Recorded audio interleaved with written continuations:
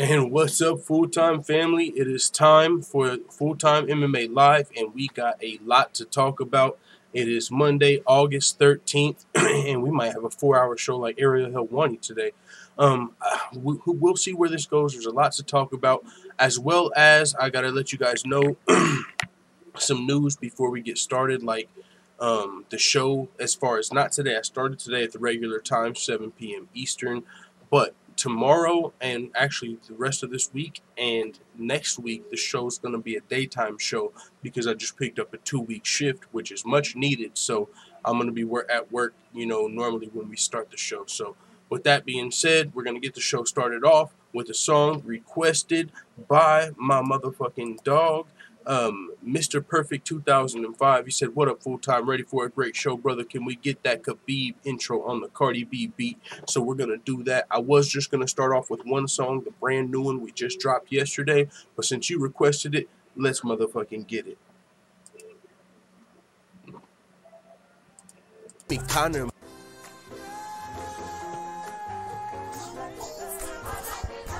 They call me Conor McGregor, there's no one better. I'm a fuck Khabib up, then go rematch for money Mayweather. If this dog shit Dagestani thinks he can stand with me, I'll damage him and leave him panicking. Let Russia know I am the king. I don't like you, won't even pretend to try to. I've waited this long to fight you, you shouldn't have fucked with my crew.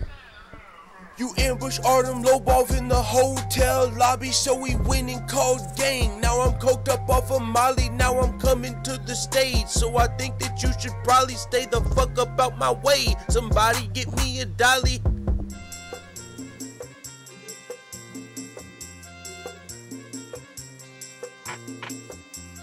Whoa, Conor McGregor. Are you crazy? Yo, Conor McGregor, what the fuck is wrong with you? Come here, let me smash you like chicken, just let me humble you. You take all these drugs, but you won't take home a W. If we fight in UFC or if we fight with guns and crews. No, let me stop it, you don't want me to take it there. If you want, you can take a bear, send location, and I'll be there. What is up? Is that Stamina MC in the building? Let's check it out. And also, this is the brand new one. I'll play in a second. But yeah, man, that was Khabib versus Conor McGregor. Shout out to Mr. Perfect for the request. But yeah, this is the brand new one. We got Justin Gaethje versus James Vick coming up this weekend. UFC Lincoln. And I got a country beat. And then I looked up. It's funny. For some reason, I just felt like I had to do a country beat for this fight. And Justin Gaethje walks out to fucking reggae music. James Vick walks out to T.I. Bring him out every time. But still, you get the point. It's still fun. Stamina MC in the building. That weird guy, what's good, family? Scotty Mayfield said he might not even reach the pay-per-view mark. Who might not reach the pay-per-view mark? What's going on? You said, is Woodley getting pay-per-view points in his upcoming fight? If so, what's the rate, says Scotty Mayfield.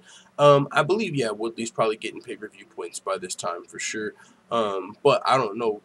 You know, just because you get pay-per-view points, that don't mean you're going to sell a lot of pay-per-views. We'll see if Darren Till, Tyron Woodley, and Valentina Shevchenko can come together, and Nico Montano, and sell a lot of pay-per-views. But yeah, I do think he will be getting pay-per-view points. But yeah, he said, haha, that country tune killing me, boss. Well, yeah, if you guys ain't heard, let's rock out to the... Oh, have I not even put my face back on? That's all good. Y'all can see Conor McGregor versus Khabib. That's who I am. Now, I'll put it back on, but I'm going to hit play right here. Check out the boys round here. What's that dude's name? Fuck. Babe, what's the dude's name that sings boys round here? Luke something? I don't know. Fuck it. You guys get the point. Somebody knows that. Somebody say it in the chat. Here you go.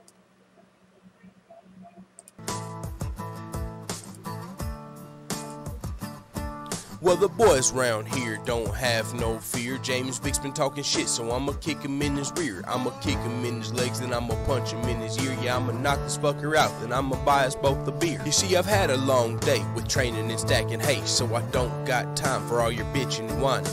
I don't know what you were thinking when you signed up to fight me at UFC Lincoln, but you had to be drinking. You had to be thinking that you were actually decent, but I'm about to prove you're not when I beat your ass this weekend.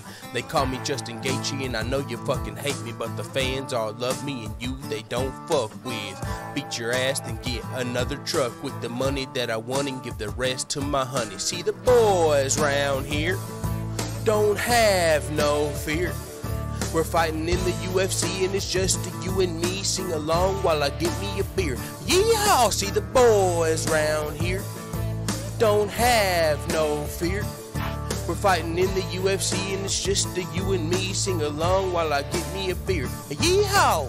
Wow, Justin Gaethje, it's clear that you're fucking crazy. If you think that you can see me, I'm John Cena and you're Stevie. We both know that you can't beat me. You're riding a losing streak. In your fight IQ, it stinks. Every fight you be taking beatings, and I'm not gonna take it easy. Yeah, I'm coming for your rank, and I'm coming to put that performance of the night bonus in the bank. And I'm not the one to play with, most dangerous and underrated. If you ain't know, they call me James Vick, and now let me hear you sing it. The boys round here don't have no fear. We're fighting in the UFC and it's just you and me. Sing along while I get me a beer. Yeehaw! See, the boys round here don't have no fear. We're fighting in the UFC and it's just you and me. Sing along while I get me a beer. Yeehaw! What you talking about, full-time family? Let's go. That's brand new. We just dropped that yesterday. Can't wait for James Vick versus Justin Gaethje. Gonna be a great fight. But yeah, man, we got so much to talk about. Holy smokes, family. Let me count this. 1, 2, 3, 4, 5, 6, 7, 8, 9, 10, 11, 12. We got like 20 different topics to just touch on today. Just some shit that's happened over the weekend. It's a crazy time to be an MMA fan. So much going on. I mean, we even got Paulo McDougal's coming back out of left field, reigniting the beef with Conor and McGregor a little bit. You know, clearly he's, you know, clocking Conor McGregor's Twitter. Or maybe the fans got at him after, you know what I'm saying, Conor McGregor reposted a moment in history, which is where all of this started. Conor McGregor just celebrating an iconic moment in his history. You know what I'm saying? This was a point where he probably felt like he had the best chance. That's when he knew all of his boxing training was coming to fruition. He just dropped Paulo McDougal's, a former professional boxer, dropped him in sparring. And so reminiscing on that moment, and Paulo McDougal seemed to take offense to that, but this is what Conor McGregor did. He didn't even, you know, one quick little sentence. Nothing. He just said, time flies when you're on your ass. Paulo McNoodles got dropped one time in sparring. Yo, time flies. You know what I'm saying? It was quick. And since then, we all know the story. Conor's about to fight Khabib. He went on to fight Floyd Mayweather, but it's crazy. Just 1 year ago today, he was dropping Pauly. In that time, he's already did all of this. That's crazy how time flies. And, hey, especially when you're on your ass. But it looks like Pauly McDougal's took offense to that. You know, and MMA History Today shared this. You know, it's MMA history. This is boxing and MMA history. This is cross-sport. This is combat sports history. Conor McGregor shares it. Pauly McDougal comes back with the whole paragraph. He said, dude has had 2 kids and an ass-kicking since this, and he still lives off a fake knockdown that he knows wasn't real. The notorious, your feelings are still hurt. Don't get your feelings hurt, you little bitch. It's our little secret. Don't run for your life when they ring the bell. If this was just fucking fake, why do you think Conor McGregor would be, you know what I'm saying, relishing on this moment in history, dog? Pauly McDougal's is the ones that seem to took this personal. You know, if Conor McGregor was just talking about some fake shit, Pauly probably wouldn't have responded. And also, I say this, Conor's made $100 million since fighting Floyd Mayweather. He's got a Khabib fight coming up. He's training for this fight. He's trying to get his belt back. He ain't got time to be lying on you on Twitter. What the fuck you really talking about, Pauly, man? We know what happened that night. But Pauly took offense, and so it's almost like we got Malignaggi versus McGregor, too. A little bit of fun there, but we're not going to fucking dive too deep on that because we got so much to talk about. But I think Pauly McDougal's might have responded one more time. No, he didn't. I thought I saw a headline that said he responded. But either way, we're going to stay on Conor McGregor and Khabib for a little bit. We got a few fighters giving their predictions, maybe some coaches. But let's see. We got John Doe in the building. What's up? Stamina MC says, coming to put that performance of the night bonus in the bank. Them tongue twister styles. Yeah, you say you fuck with your boy. Fuck with your boy. I just rolled off the tongue. Coming to put that performance of the night bonus in the bank. I felt like Twister for a second, or Eminem. Mr. Perfect 2005 said, ow, like that. Scotty Mayfield says, Justin wants to have Alzheimer's before he turns 35. Vic by second round KO. Probably trying to keep his name relevant. He should thank Conor, says John Doe. Yeah, actually, you got a great fucking point, John Doe. Check this out, bro. You're on to something. This motherfucker said some shit like fuck the FBI and fuck Twitter or something. And then he's talking about how he's losing followers. You know, maybe that's why he's clout chasing a little bit, trying to get some of those lost followers back. Motherfuckers out here going crazy on Twitter, losing followers, and now he's like, damn, I need to chill. Hey, Conor, can I get some of those followers, please? You know what I'm saying? Trying to build a little bit of a buzz back. Get some of those 4K followers back. You got a great point. John Doe Weezen336 says, the Malignaggi McGregor stuff, I'm over with. This is nothing. Move on, guys. But I wouldn't mind watching them settle it in the ring, honestly. You're not over it if you want to see them settle it in the ring. And I want to see it in the motherfucking UFC ring. We already knows what happened in the boxing ring. Conor dropped, yeah, it'll happen again. And we know what happened. Boom. Boxing's done. Come over to MMA. And if you really want to get relevant, if you really want to get your followers back, Conor McGregor's definitely going to be ready and willing after he fights Khabib, win or lose. That's a fight he could fight even if he lost to Khabib. What's up, Pauly? Yeah, I lost to Khabib, talk some shit, but what'll happen if you come over here? Come on, let's be real. Chill. So, yeah, man. John Doe says, looks like TJ versus Henry is going to happen. We're talking about that later, bro. We got so fucking much to talk about. Like I said, this is going to fuck around and be like a 4-hour show, Ariel Helwani style, minus the interviews. So, we'll, you know what I'm saying? I'm sure some people will come, some people will go, some people will listen to this tomorrow at work, where I'm going to be. So, yeah. And I'll announce it later out and throughout the show, but just so you guys know, tomorrow and the rest of this week and next week, the show is going to be in the daytime because I just picked up like a 2-week shift that's fucking much needed. So, but the shifts I'm going to be working normally, like we start at 7 p.m. Eastern, I'm going to be at work at that time for the next 2 weeks. So I'm just going to have to do a daytime show. Hey, but that's how I liked it in the beginning anyway, you know, the morning show. But yeah, TJ versus Henry might be happening, says John Doe. They definitely did a little bit of a face-off. Mario Lopez was involved. We'll talk about that a little later in the show. Stamina MC says Pauly needs his fingers glued together. Yappy little mouse dog that he is. Amen. Definitely when he's speaking about the champ. Let's continue. Someone says John Jones returning at UFC 230. Bro, that's one of the... Even though it almost seems unrealistic, that would be a huge fight. At some point in his career, John Jones has to fight in Madison Square Garden. Might not be able to due to the failed drug test this year, but it would be a huge fight if he could come back versus Daniel Cormier. It wouldn't just be for his legacy. It would be for both their legacies. Not only would it be for the heavyweight title, it would also be for the Brock Lesnar fight. Like, God, that would just be so much at stake for that fight. Ooh, just thinking about that shit, I would love to see John Jones versus DC3 at Madison Square Garden, but I don't know if it's going to be realistic. Who do you think Tony will fight? That's coming up later, but I'll tell you, Kevin Lee, Tony Ferguson versus Kevin Lee 2, man, it might happen at UFC 229. It might happen. And you see, they fought for the interim title. Now, I don't know. Technically, Ferguson got stripped, but this is pretty close to an interim title fight. We're going to look at the lightweight rankings, man. We got a lot to talk about, so let's continue. If I keep answering questions, we're going to talk about it out of place. I got to organize a little bit, and so I'll probably answer a lot of these questions as the show goes on. But with that being said, Khabib Nurmagomedov's father says nobody can help Conor McGregor improve his wrestling in time for UFC 229. Recently, I seen Conor McGregor. They brought some big name in.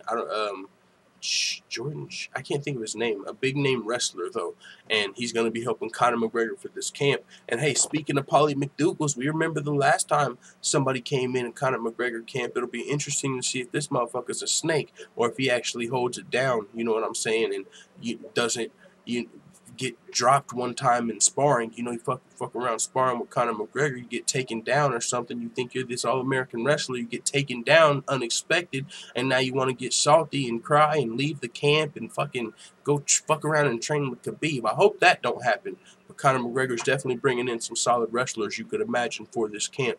But this is what Khabib Nurmagomedov's father had to say. I think Conor understands that he wasn't the real champion at 155 pounds.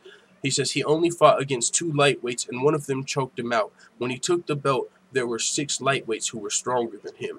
There are a lot of fighters. Damn, Khabib's father's keeping it too fucking real for the streets. Yo, chill. Chill, brother. Don't say all that. People don't need to know all of that. Conor McGregor beat Eddie Alvarez. It wasn't about 6 lightweights being stronger. The strongest lightweight in the world, to be fair, was Eddie Alvarez at that point because he had the belt. So when Conor McGregor melted him, boom, that's the champion. That's how it goes. The best in the world has the belt. So when you beat the best in the world, you become the best. Now, he didn't stick around and defend the belt because he was going for legacy. He was going to fight Floyd and Mayweather. What are you talking about? And when he fought that other lightweight, it was at welterweight. You know, but I understand the bias a little bit. But whoa, don't put it out there like that. It almost sounded like that shit was too real. But you could imagine, man, he continued. There are a lot of fighters who deserve a title shot more than Conor McGregor. For example, Poirier, he can keep a high pace. He tries to finish opponents. Poirier is the real contender. Yo, man, shout out to my dog Aaron Burrell. I don't know why. Maybe it was because during the Floyd Mayweather thing, I thought I was going to be a little more unbiased when it came into this Conor McGregor-Khabib situation. But I'm not going to lie, man. I think a lot of people are counting Conor McGregor out. And especially and in this Poirier fight, I think Poirier is for sure deserving of a title shot. But there's other guys. What's up with Tony Ferguson? Conor McGregor definitely still deserves it. That's a big fight. He was the champion. He did get stripped of the belt. It's not like he lost the title. And then also, it wasn't just Khabib's father. His manager was pretty open to the Poirier fight. And I don't want to be the one to point out the elephant in the room. And Poirier is definitely deserving of a title shot. But as far as different style matchups, I personally want to see Khabib versus like a Tony Ferguson, a guy that for sure earned his title shot, 10-fight winning streak, but he's going to be attacking from the ground more. You know, he might be able to fare if he gets put on his back by Khabib. We don't know. We haven't got to see it. It doesn't, you don't mean you're going to pick it to happen, but not only is he going to be attacking with fucking submissions, elbows and shit from Tony Ferguson.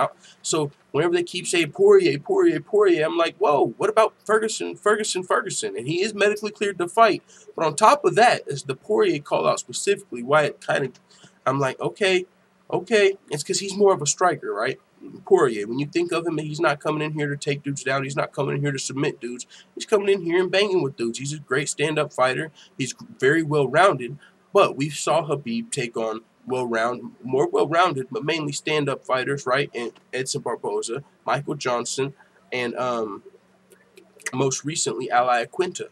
So Poirier, yeah, it would be he's deserving of a title shot, but I think that's more of a winnable fight for Khabib. So for them to keep bringing up Poirier and kind of just leaving Ferguson out because of injury or whatever, maybe they just don't want to try and make the fight again because they both pulled out twice. But that kind of stands up as a yellow flag. I don't want to say a red flag, but it's a yellow flag to me every time I see, like, you know, the team pushing for Poirier. There's a lot of contenders at lightweight. It's not just Poirier.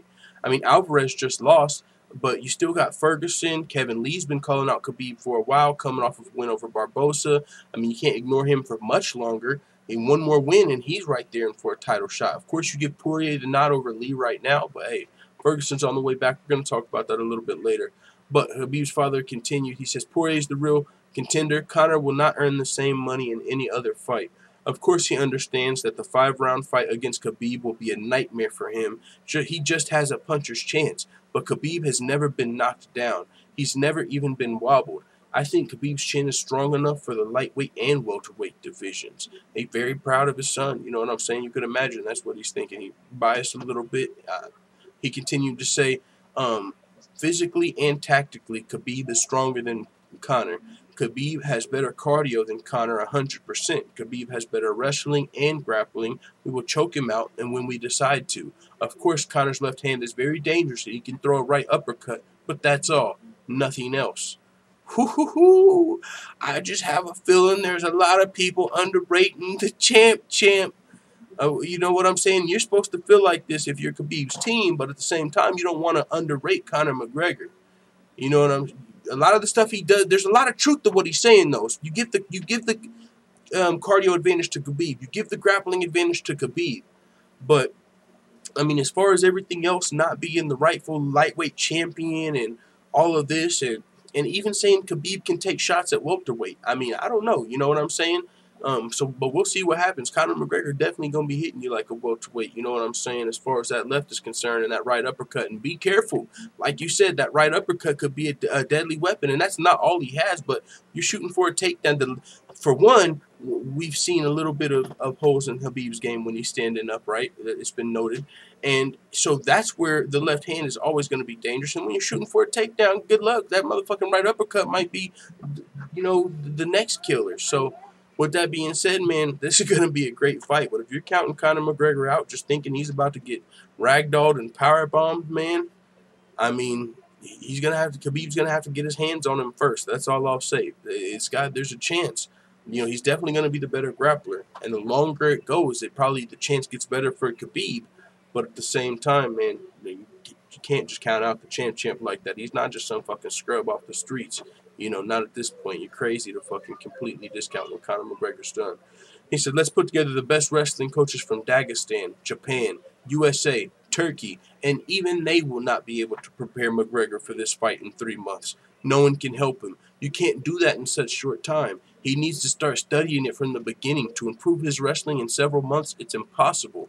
Conor's dangerous. For 8 to 9 minutes, no more. After the first clinch, Khabib will take him down. We will finish this fight when we want. We respect our fans, and if they want to watch all 5 rounds, we will fight all 5 rounds. But after 2 rounds, he has nothing to do on his feet. After 2 rounds, he will not be able to do anything. We don't want to lose even 1 round. Khabib has never lost a single round. Only a referee can protect Conor McGregor, and that's why he will be in the cage. So we'll see what happens. It looks like they're about to play with their prey.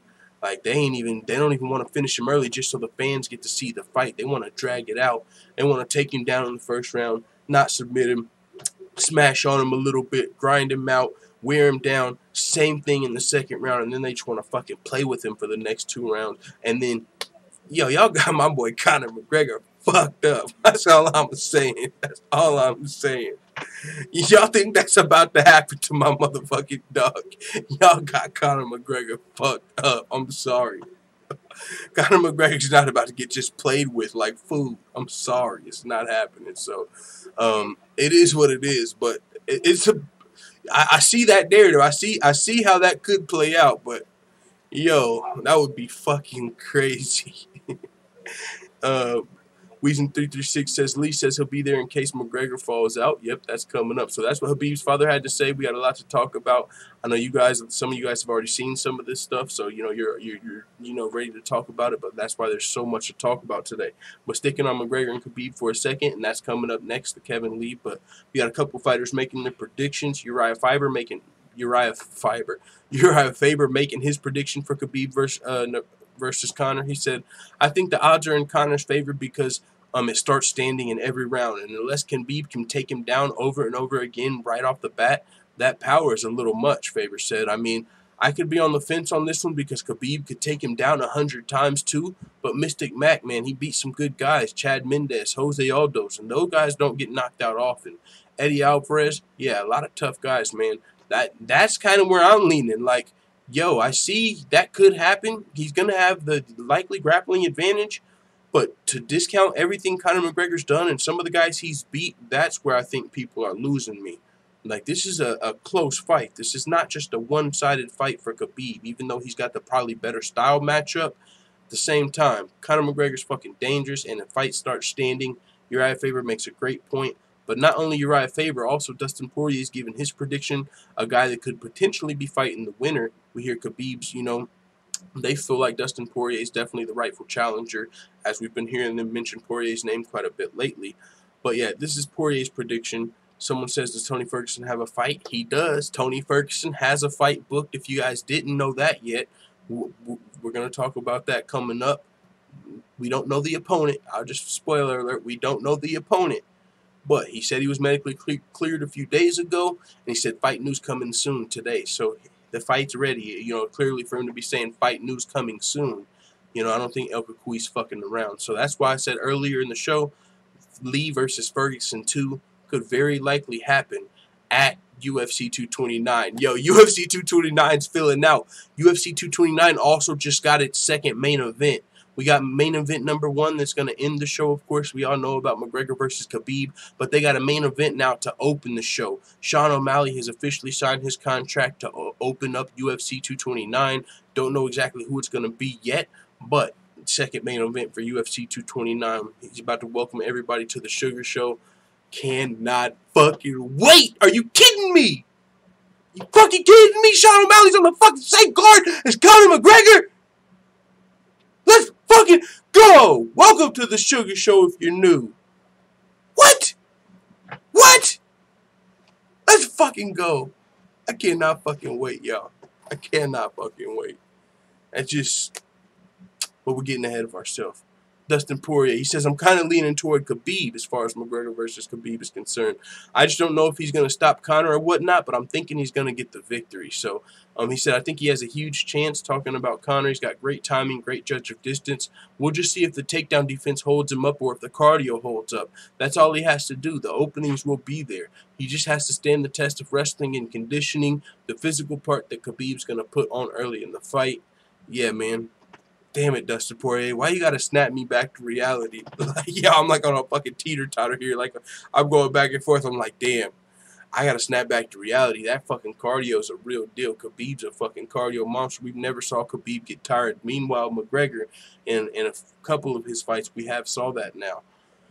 But what about that McGregor fast program, though? What about that boxing cardio, though? He's been working. McGregor's been working. I'm just saying, damn, but Khabib's going to grind on you. If he takes you down, it's going to make it that much worse for you. If Khabib even takes Conor down in the first round, it's going to make it that much harder to last all 5 rounds. So, all right, guys, I might be picking Khabib.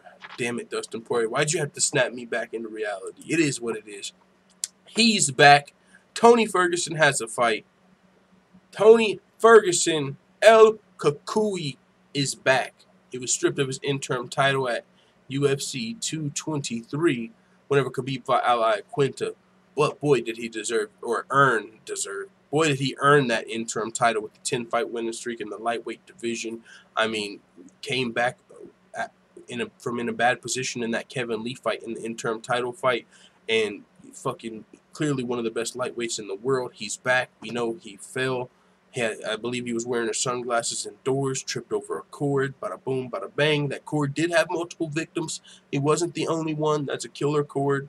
Chael Sonnen revealed that. He said that that was definitely not the only person that has fell due to that cord. So Tony Ferguson is back, though. He had a pretty bad injury. He made recovery his bitch. I mean, boy. I believe there was talk that he might not, some people thought he might not even look the same. Some people said he might not be back for a year. And he said when he was medically cleared, it was 4 months and like 3 days or something crazy, and he's back. So still, that's a little scary. You could imagine his next opponents are going to be targeting that leg. You could imagine. You know what I'm saying? It was a pretty crazy, and to be coming back so quick.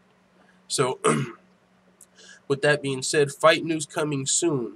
Stay tuned. Have a great Monday, crew. Snap Jitsu, snap into it. Repost excellent. Mahij Fujilat. Tony Ferguson has been cleared to fight. So yeah, man, there's that 3D clay animation of Mohajid Fudialat. He does a lot of fun clay animations. Great channel over there on YouTube as well. It's another guy I would like to collab with. You know what I'm saying? They probably wouldn't because I'm just a fucking random YouTuber.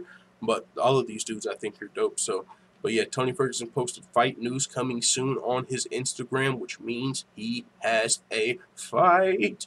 Who's it gonna be? Who's it gonna be, full-time family? Is it going to be Kevin Lee? Is it going to be Kevin Lee? Kevin Lee has started training camp and intends to fight October 6th at UFC 229, and he don't even got no damn opponent yet.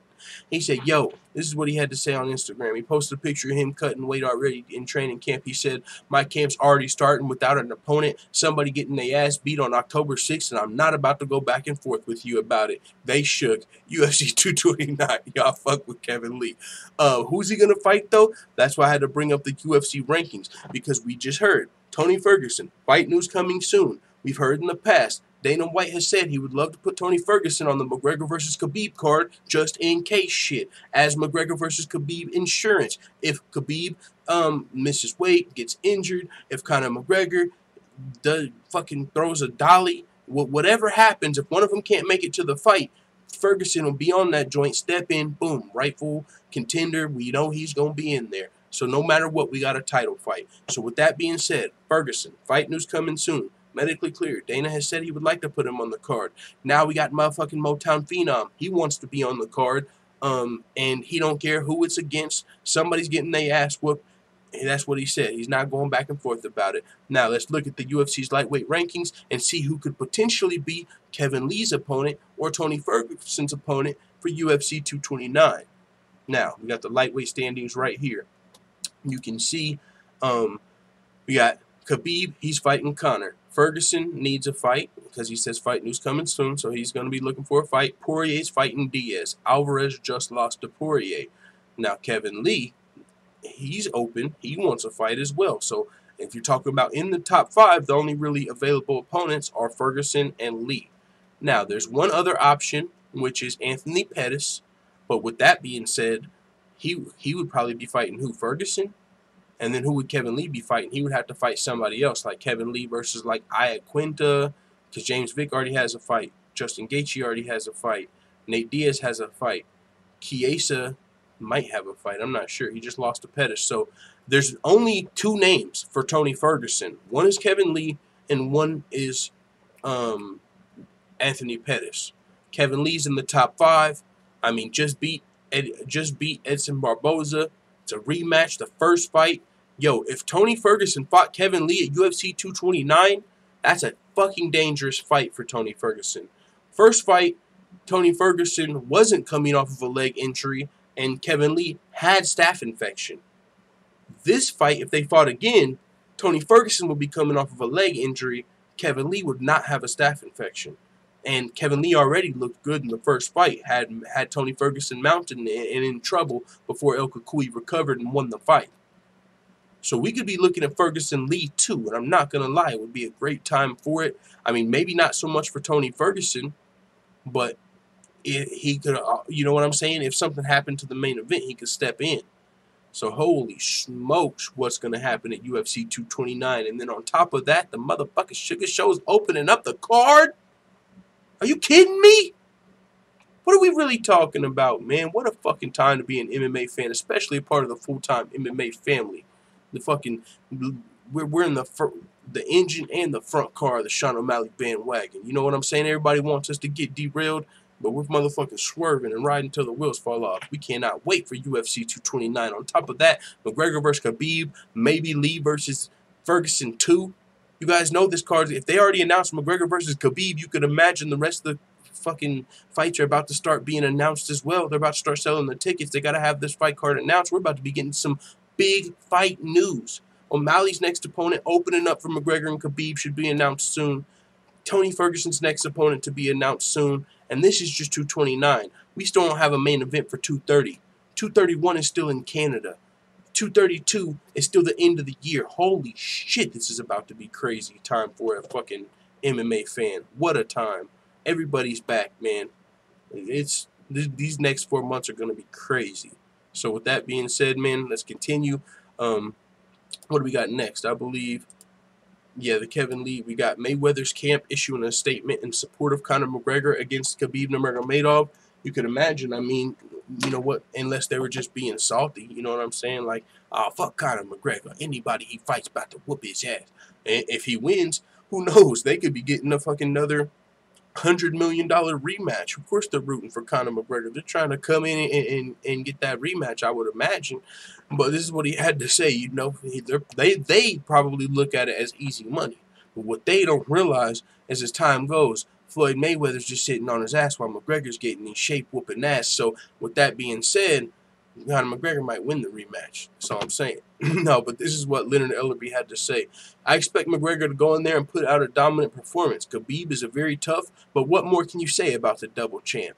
It's actually the champ. The double champ is actually DC. Double champ. All right, you guys get the point. But yeah, Mayweather's camp is in support of McGregor. In my mind, it's probably because they want a rematch. With that being said, check this out.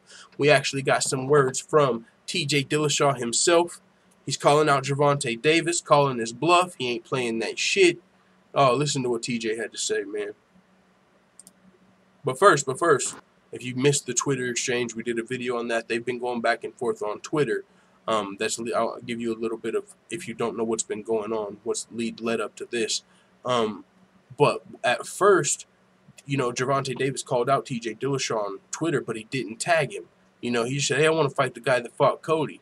Well, TJ Dillashaw got wind of that and called his bluff, like, hey, what's up? And so they had a little exchange. Gervonta Davis is saying he's willing to come to the UFC, but we'll see if that actually happens. But TJ Dillashaw's like, what's up? I'm ready for some easy money. Gervonta Davis, what's up, my man? I catch you talking shit online without tagging me, and then I call you out. Now you want to act like it's not even me you're talking to.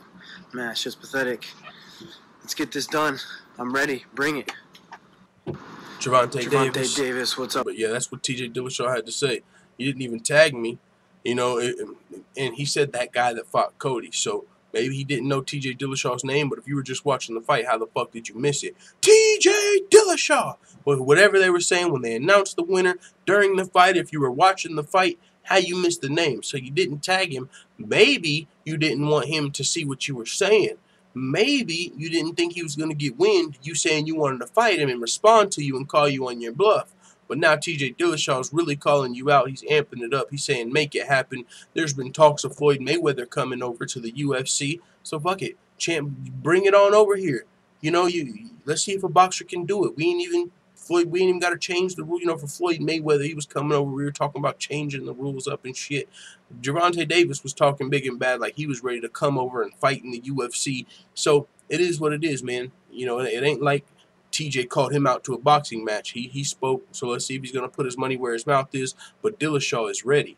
But if that doesn't happen, if Gervonta Davis decides to duck his motherfucking taco, you've also got a potential champion versus champion super fight between TJ Dillashaw and Henry Cejudo.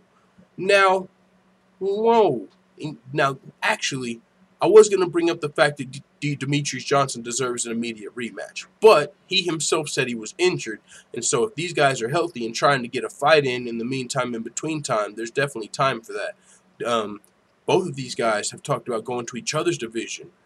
Henry Cejudo has said he'll go up to 135, and TJ has said in the past that he'll go down to 125. Now, if I'm TJ Dillashaw, since, you know, when you were fighting Demetrius Johnson, it was actually more of a legacy fight, greatest pound-for-pound fighter of all time. Now, TJ Dillashaw really has more to lose here. He's the legacy fight for Henry Cejudo. So if I'm TJ, I kind of want to challenge for the second belt.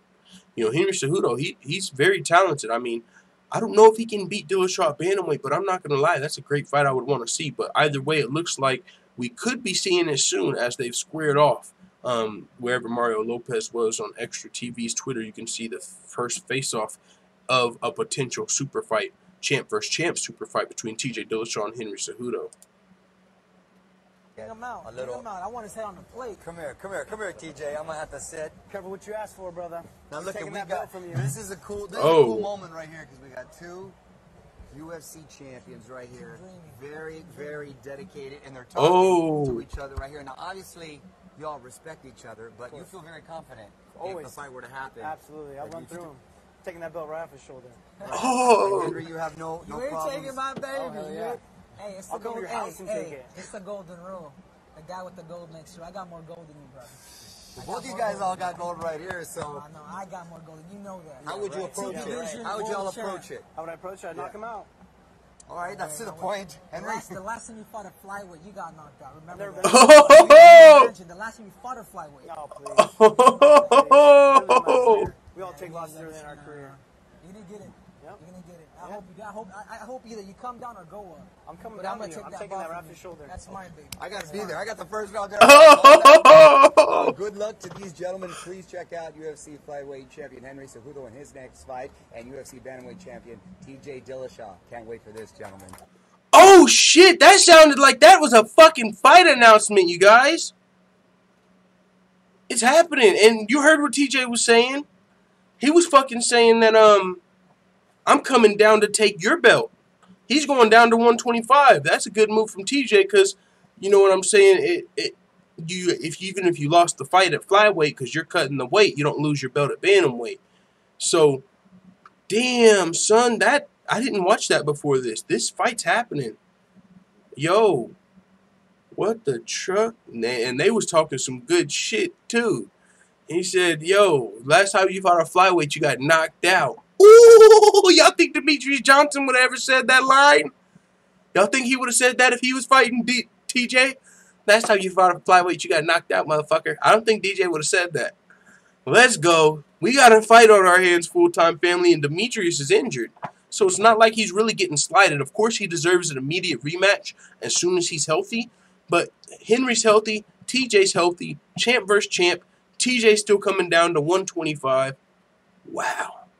Let's go. It's happening. Yo, Mario Lopez got the inside scoop. He said, make sure you check these motherfuckers out in their next fight. Henry Cejudo and TJ Dillashaw. I mean, it's not officially announced, but you guys heard it here second. You heard it on Mario Lopez's show first. That fight's happening. That's crazy. What do y'all think about that? That shit is fucking going on.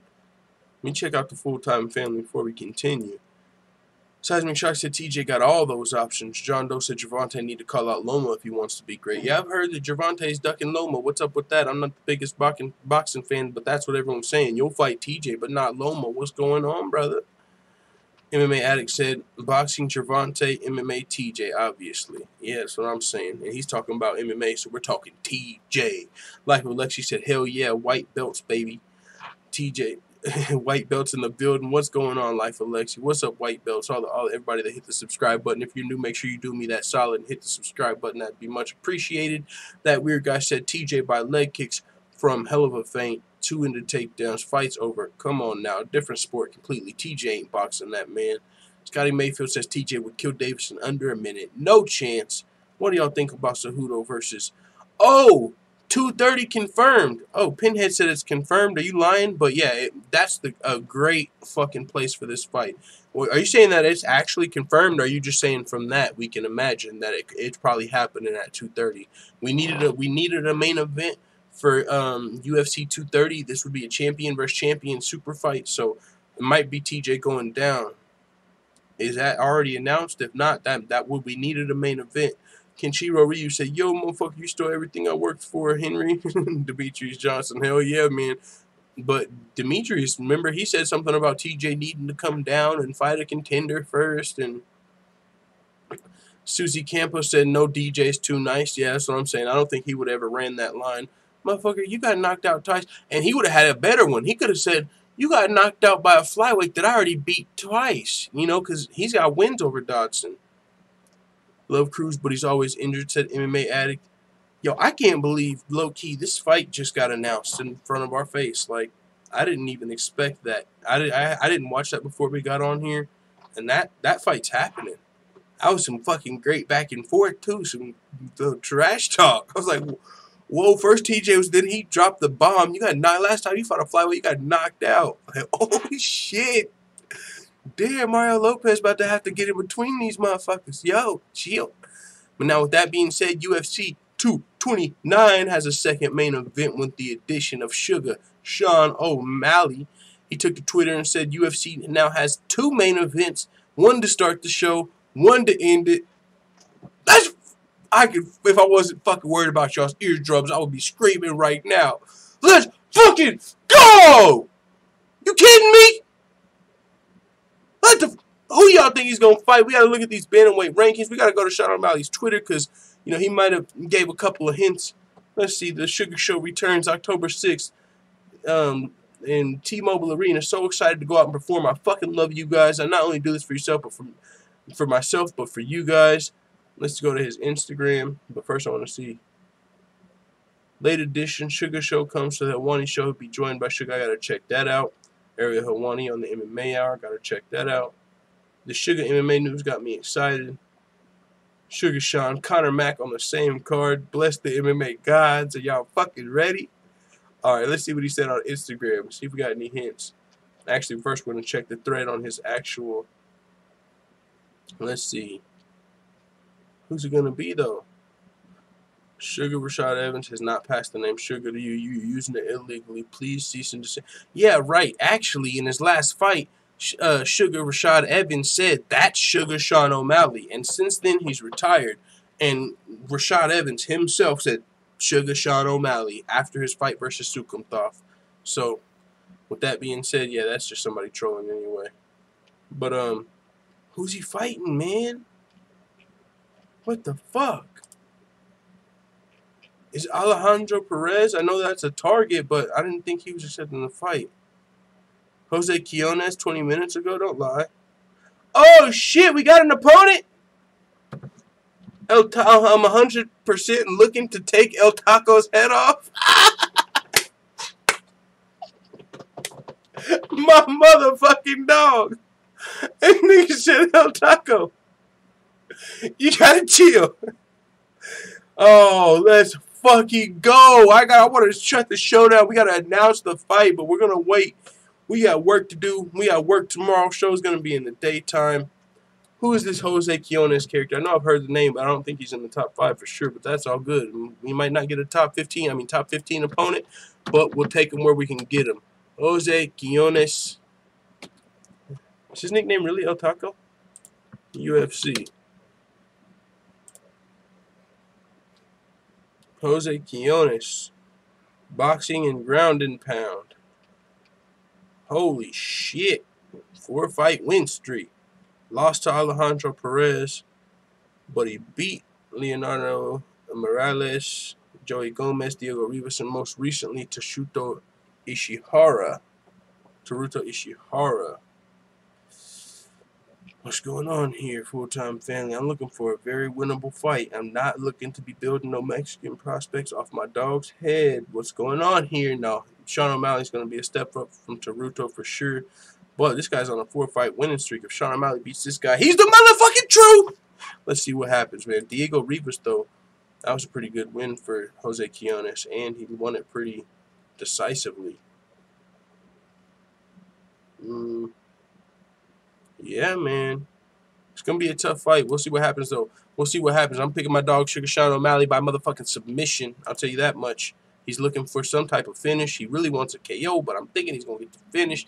I mean, the submission, you know what I'm saying? He's been working on his jiu-jitsu like crazy. So, either way, man, I'm emotionally invested in that fight already. No, but I can't fucking wait. UFC 229 is going to be fucking crazy. The return of the Sugar Show. He's taking on Jose Quiones. Going to be a tough fight. His opponent's on a 4-fight winning streak. He's beat some tough dudes in his last outings. Someone said rear naked. Someone says, wasn't Sean's last opponent top 15? I don't believe so. No. Andre Sukumthov was not in the top 15 whenever he fought him. So, no. But either way, let's see what's going on in the chat. But what's the next topic, of course? First two. Sean O'Malley coming back. And then after that, we got Dana White on Stipe Miocic. But, boy, I got some news to announce. I'm about to low-key announce Cejudo.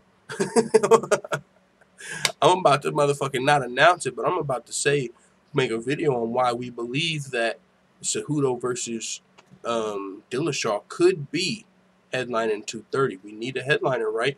You guys think that's too quick or no? I mean, I don't think so. It's not too quick of a turnaround. Madison Square Garden, what is it? That's gonna be like in November. Yeah, it's not too quick of a turnaround. Hell yeah, that could be a fucking headliner. And that's a lot more realistic than John Jones coming back too. Scotty Mayfield said, heard Anthony Rumble Johnson's coming out of retirement. True or false? I'm not 100% sure on that, but he definitely seems like he's ready to beat somebody's ass as of lately. I mean, you know, in that whole stalker situation a little bit while ago, not too long ago. Pablo Platinum Escobar said, nah, he wasn't ranked. Yeah, I didn't think so either. Devontae Bartholomew said, I love your channel, but I disagree that Paulie beat Conor. I didn't say Paulie beat Conor. I would never say fucking Paulie beat Conor. You crazy? Oh, you mean Conor beat Paulie. Oh, yeah, that's cool. That's cool. You know, I'm a little biased on that situation. I'm Team MMA, so I don't want to fucking give into the gimmick. But, yeah, I know there's going to be people that disagree with that, but that's for sure. Conor for sure beat Paulie in my mind. You know what I'm saying? He would in boxing, MMA, sparring. We already saw the sparring. John Doe says, I don't know why I thought he's 13 or something. Yeah, no, he wasn't. Red Penny Knight Inc. says, Rumble was massive in those picks recently. Hell yeah, if he comes back, it'll definitely be a heavyweight. Viking Savage says, TJ would mess Henry up bad. His striking is just next level shit. So was fucking DJ's, though. I mean, you know what I'm saying? I mean, I hear you. At 125, though, also, you have to consider the weight cut. I mean, he's coming down to Henry's world now. So, I mean, that's going to be a great fight if it does get announced, which Mario Lopez kind of just did. Legendary says, would be cool to see another Sean interview. Bing! I'm going to hit him up. I don't know if he's going to fucking... He might not want to do it. You know what I'm saying? He got Fortnite to play. Bitches to fuck. No, I don't know what all he's doing, but he's got... You know what I'm saying? He's a busy man, especially with this fight being announced. He might not. Hopefully he's got one more interview for your boy, Stan O'Malley. Hopefully Stan O'Malley can get at least one more interview before this guy's way too big for us. You know what I'm saying?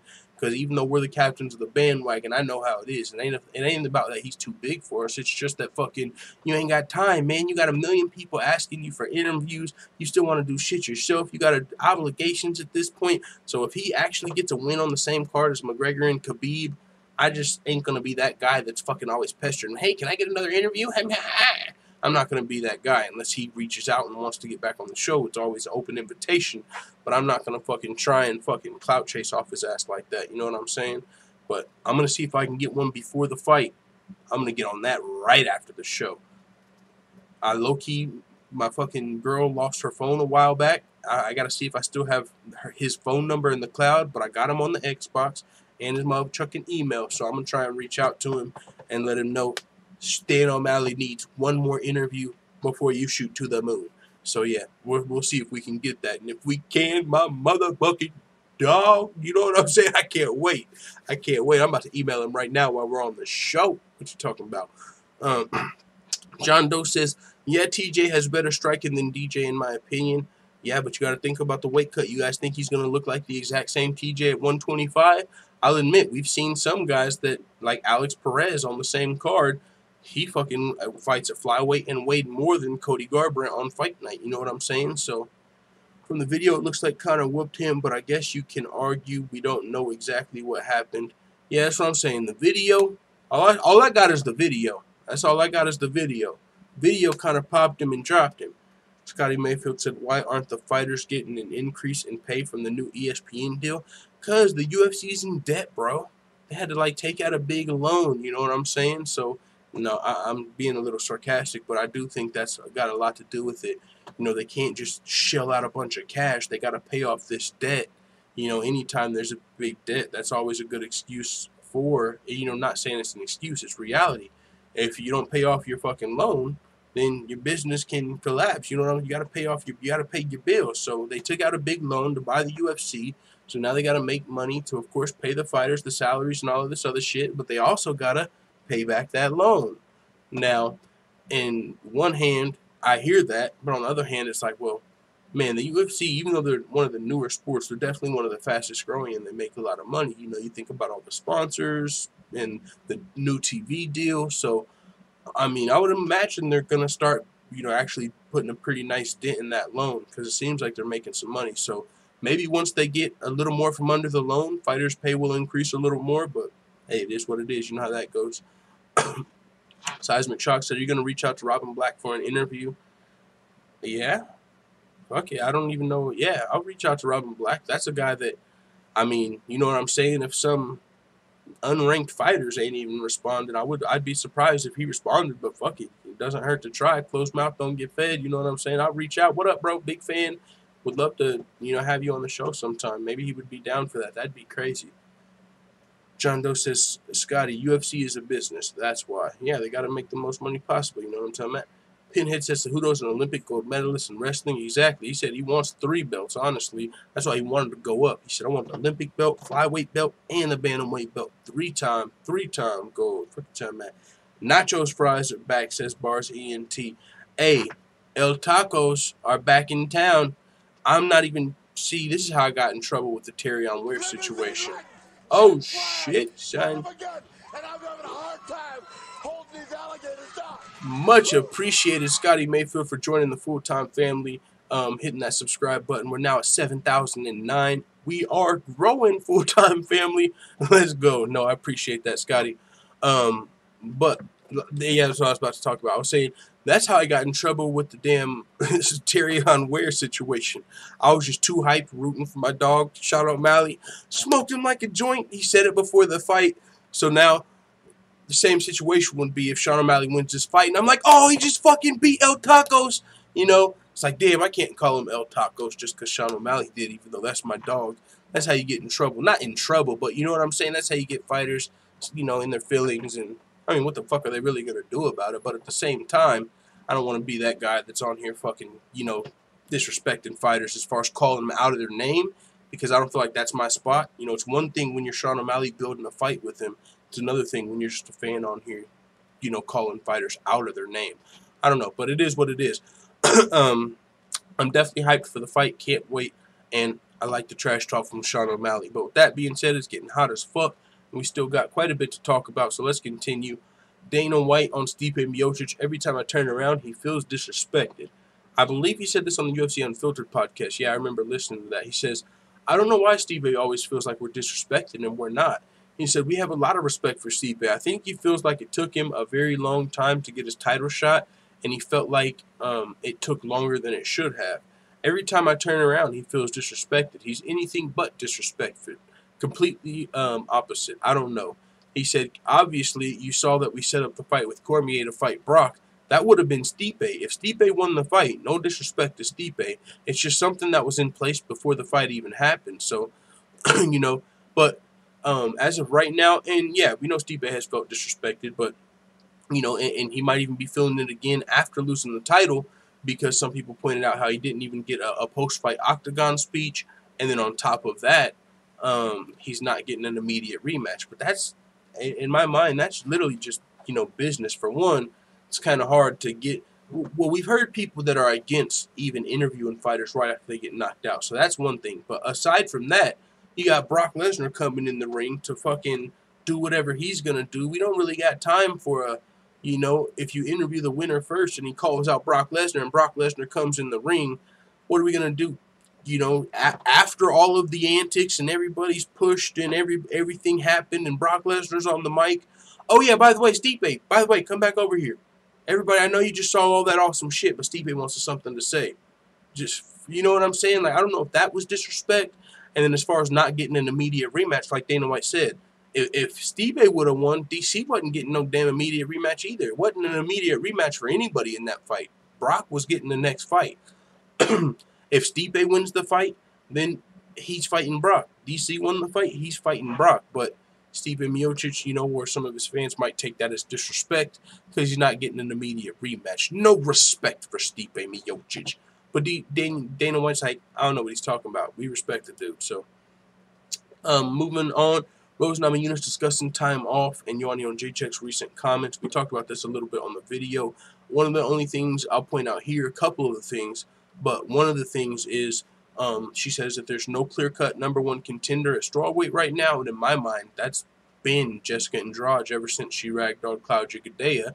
And now the only reason, in my mind, Jessica Andrade wasn't getting a title shot is because Rose was injured. Well, now Rose Namajunas says it's the perfect time to rehab and just get better as a martial artist and to really sit back and see who's the real contender in the division. Right now, I think things are a little shaken up a bit. There's not really somebody to clearly challenge at the moment, and that's just not true in my mind. There's for sure, if Rose was 100% healthy looking for a fight, we know who, and Joanna didn't already get booked to fight Carolina, which she took because she wasn't getting the title shot. But Jessica Andrade is the #1 contender, and there's really, the reason that there's no one else is because Tecia Torres, who would have been a trilogy, just lost to Joanna. Joanna's already fought her twice. So, with that being said, Joanna's not an option, Ticia's not an option. There's only one option, and that's Jessica Andrade. So, to say there's not a clear-cut contender, I'm like, you know what I'm saying? But hey, that is Mini Cyborg, and before anybody gets on here, which I've seen so many times because people are just fucking, I don't know if it's misinformed Cyborg Nation or what the fuck, but whenever I call her Mini Cyborg, you get people on here, that's not Mini Cyborg. Hey, her name, she's not Cyborg. Motherfucker, Chris Cyborg called her Mini Cyborg. Yes, Chris Cyborg, the real Cyborg, called her Mini Cyborg after she fought Claudia Gadelha. That is Mini Cyborg. And now, just speaking of Cyborg, you know, Cyborg's a girl that girls aren't lining up to fight. You know what I'm saying? It's not really, a lot of girls say they want to fight Cyborg. When time comes, they don't want to fight Cyborg. So for her to be Mini Cyborg, it's just kind of interesting, the fact that Rose Namajunas seems to be overlooking her a little bit. Like, I don't see any clear-cut #1 contenders right now. Meanwhile, if you're keeping up with the strawweight division, you're like, Jessica Andrade is looking like a monster. And some people say she's a weight bully. I get that. She might be. She did used to fight at 135, but in my mind, as long as she can make 115 pounds, not 116, that's not championship weight. If she's making 115 pounds, she's a part of the weight class. You know, if she's cutting too much weight, then it would be bad in her performance. Just because she's fought at 135, if she fixed her diet and got with a nutritionist till now she can fight at 115, she's just a beast at 115. If she's not killing herself to make weight, even if it struggles, if she's still coming in with enough energy to ragdoll chicks and she's making the weight, I think that's fair go. And in order to fight for a title, you got to make 115. So if she can make 115 championship weight, she's a legit contender. So if she makes 115 pounds versus Carolina and beats her, I think it's clear-cut. She's #1. But other than that, you guys recall Rose Namajunas said some crazy shit like Rose Namajunas must bow down even though she already whooped her twice. And so Rose Namajunas, that's another thing she wanted to respond to, is Joanna's delusions. She said, it really doesn't bother me. I know at this point it kind of sounds silly. The more she talks, the more she just makes herself sound stupid. For me, I like to just try to be positive about everything as much as possible. Of course, you can't get dragged into silly shit. I just remind myself that she was a great champion. I looked up to her at one point in my life for a reason, and I just try to remember what she did for the sport and just kind of leave it at that. She was a great champion, but now it's my time, and eventually she's got to come to terms with that and be okay with it. She continued to say, I think you can just look at her face after our second fight. Just look at her face and know how she really felt. Body language can kind of shows more than what the words really say or mean. To me, it looked like she was trying to make herself believe in it, that she really won, when she really knew at the end of the day that I won that fight. So she's not worried about Joanna Jedrzejczyk, and she's had a little fun with it even. She said if she ever wants a rematch, she's got to say it out of her mouth that Rose Namajunas is the best. So that's funny from Rose. You know what I'm saying? Like, she knows Joanna doesn't want to say that shit. Like, I tell you what, you have to say that. If you want to fight me again, I have to hear it out of your mouth. Rose is the best. That's pretty fucking funny. John Doe says deserves is subjective now.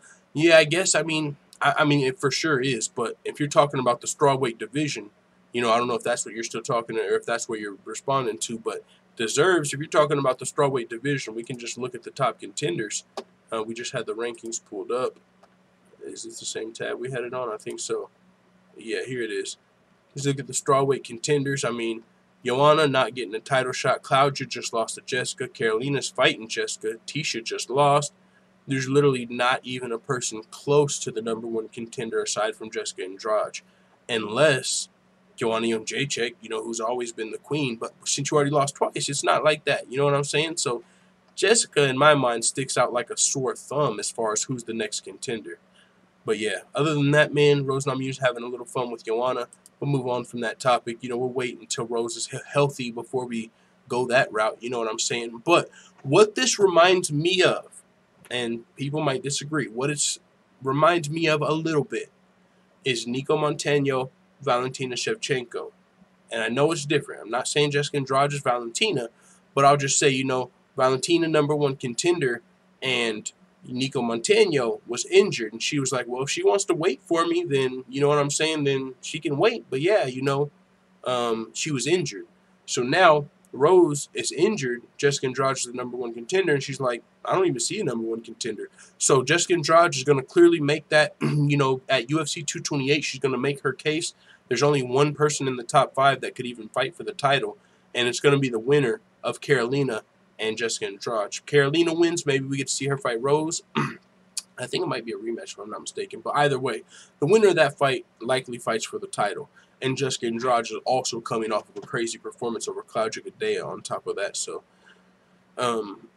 Red Penny Knight says, in the current UFC super fight climate, otherwise not just regular fights, regular money, want more money, do a different job.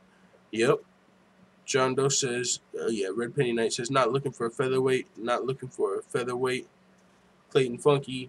All right, let's continue. He says, I'm not a DC or Lesnar fan, so I'm biased as fuck, but I believe tourney style advancement and Lesnar isn't ranked #1. Yeah, I mean, yeah, you know what I'm saying. That's as far as the heavyweight. I think you guys are talking about the heavyweight title picture. Yeah, of course, you know, Stipe Miocic, a lot of people feels like he deserves it, but you know, the Brock fight's a lot bigger fight, and, you know, this is a business. They're trying to pay back a loan and all of that. So, I hear what you're saying, though. Kichiro Ryu said, none of those males roids users in Brazil deserve to fight with Rose. Someone check Amanda Nunes for, yo, Kichiro Ryu coming in hot. I don't know, man. You know what I'm saying? I see what you're saying, but if they're passing their USADA test, I don't think you can just say every fucking Brazilian chick is on steroids. You know, I know there's people that have their beliefs, whatever you want to have, but if you're passing USADA test, you got to give them the benefit of the doubt. And if they're passing USADA test and beating the best fighters in the division, I don't think you can deny them a title shot just because you don't, you know, just because you don't believe USADA or whatever. You know what I'm saying? Bob Cratcher says Ortega is trying to fight Holloway as quickly as possible. He hopes he's still paralyzed on his left side from the stroke to give him a fighting chance. Bob, chill. He said he hopes he's still paralyzed on the left from the. You gotta chill, dog. Hopefully Max Holloway gets healthy soon. Yeah, man. We'll see when he comes back. That was another fight. I was like, maybe fucking Madison Square Garden, but it might be a little too soon. Maybe we see Max Holloway versus Brian Ortega at the end of the year. That'd be crazy. Clayton Funky said, yo, full time, keep grinding, enjoying it for real. I appreciate it, man. Yes, sir. You know, we're going to keep grinding. And like I said, if you didn't hear in the beginning of the show, tomorrow's show, and actually for the rest of this week and all of next week, is going to be in the daytime, impromptu. I got a work shift, you know, 8-hour shift for the next 2 weeks, which is dope because it's much needed. Probably still aren't going to be able to get into this fucking studio with our GoFundMe getting flagged down. But it is what it is. At least it's going to help us get caught up on a lot of the shit we need. So probably going to slow down on videos, but we're still going to do a live show every day. So it'll just be at a different time while I try and get this money. So John Doe says, weird guy. Man, fuck. And you know what sucks about that, man? Over the last couple of days, I literally have been putting fucking work into this. And I wanted to show you guys on stream because I need to see how it looks with the chat. Let's see how this looks. Oh, well, this too. This too. Okay, I see the chat box isn't on this one yet, so I had some kinks to work out still. I wanted to do a fucking fight companion for Kayla Harrison's fight, but now I got a work shift, you know, on Thursday, so I'm probably not going to be able to do it.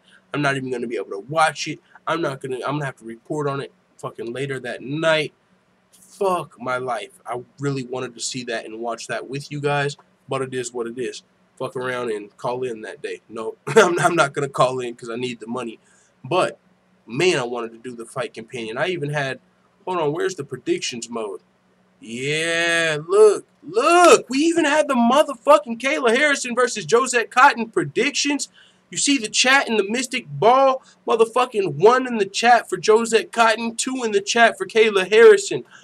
Holy, you guys see how dope this was about to be, full-time family? The motherfucking, how dope these fight companions are going to be. And now we're still going to do this for Vic versus Gaethje because it's on the weekend and I don't work on Saturday. But damn, I was ready to break it in on Thursday and try and get this shit ready, man. But it is what it is. We got to get to work. You know how that goes. Damn, full-time, I was looking forward to that too. Just get your hustle on, man. That's what I'm saying, you know. But hey, I'll tell you this. If somebody, and I know somebody might not, but if y'all still want me to do that, like the way my shift is, I'm an independent contractor, so I'm not tied down. I can call them and say, hey, I can't work Thursday. But that would be missing $100 that I'm going to motherfucking need to put towards shit. So if we put together like a motherfucking full-time call-in fund, just like $100, I would so call in so we could do this fight companion. Well, otherwise I can't miss that $100. You know what I'm saying? 8 hours equals out to like $96 for me. And I need all of those motherfucking 96s. So if, yo, I would love to do it, but I'm going to be at work as of right now. But if somebody like fucking donates like $96 and is like, yo, call in, fight companion, Kayla Harrison, can't miss it. This is history in the fucking making. God, I want to watch this fight. Then I'm doing it. I'm telling you right now, I will call motherfucking tonight. Hey, I'll be there every day but Thursday. My other job, boom, boom, boom. But other than that, it is what it is. I cannot fucking wait for Harrison versus Cotton. Like, I literally got everything ready. Like, you see, I was so ready. But yeah, as of right now, it's not going down. But it is what it is. Moving on, let's see what the full-time family's talking about before we get into Colby Covington. What's next for Rose, says Scotty Mayfield. What's next for Rose Namajunas is she's healing up from her injury. She's got a neck injury, which of course sounds pretty, serious anytime you're talking about a neck injury. She's using this time to rehab, heal up all of her wounds, anything, get 100% before she comes back. She feels like there's not a clear-cut contender. So, but if Jessica Andrade beats Carolina, I don't think there's no denying her. There's nobody else even in the title picture. So it's likely going to be her. Stamina MC says, if someone donates $96, go anyway, you damn fool. You need way more than 96, bitch ass.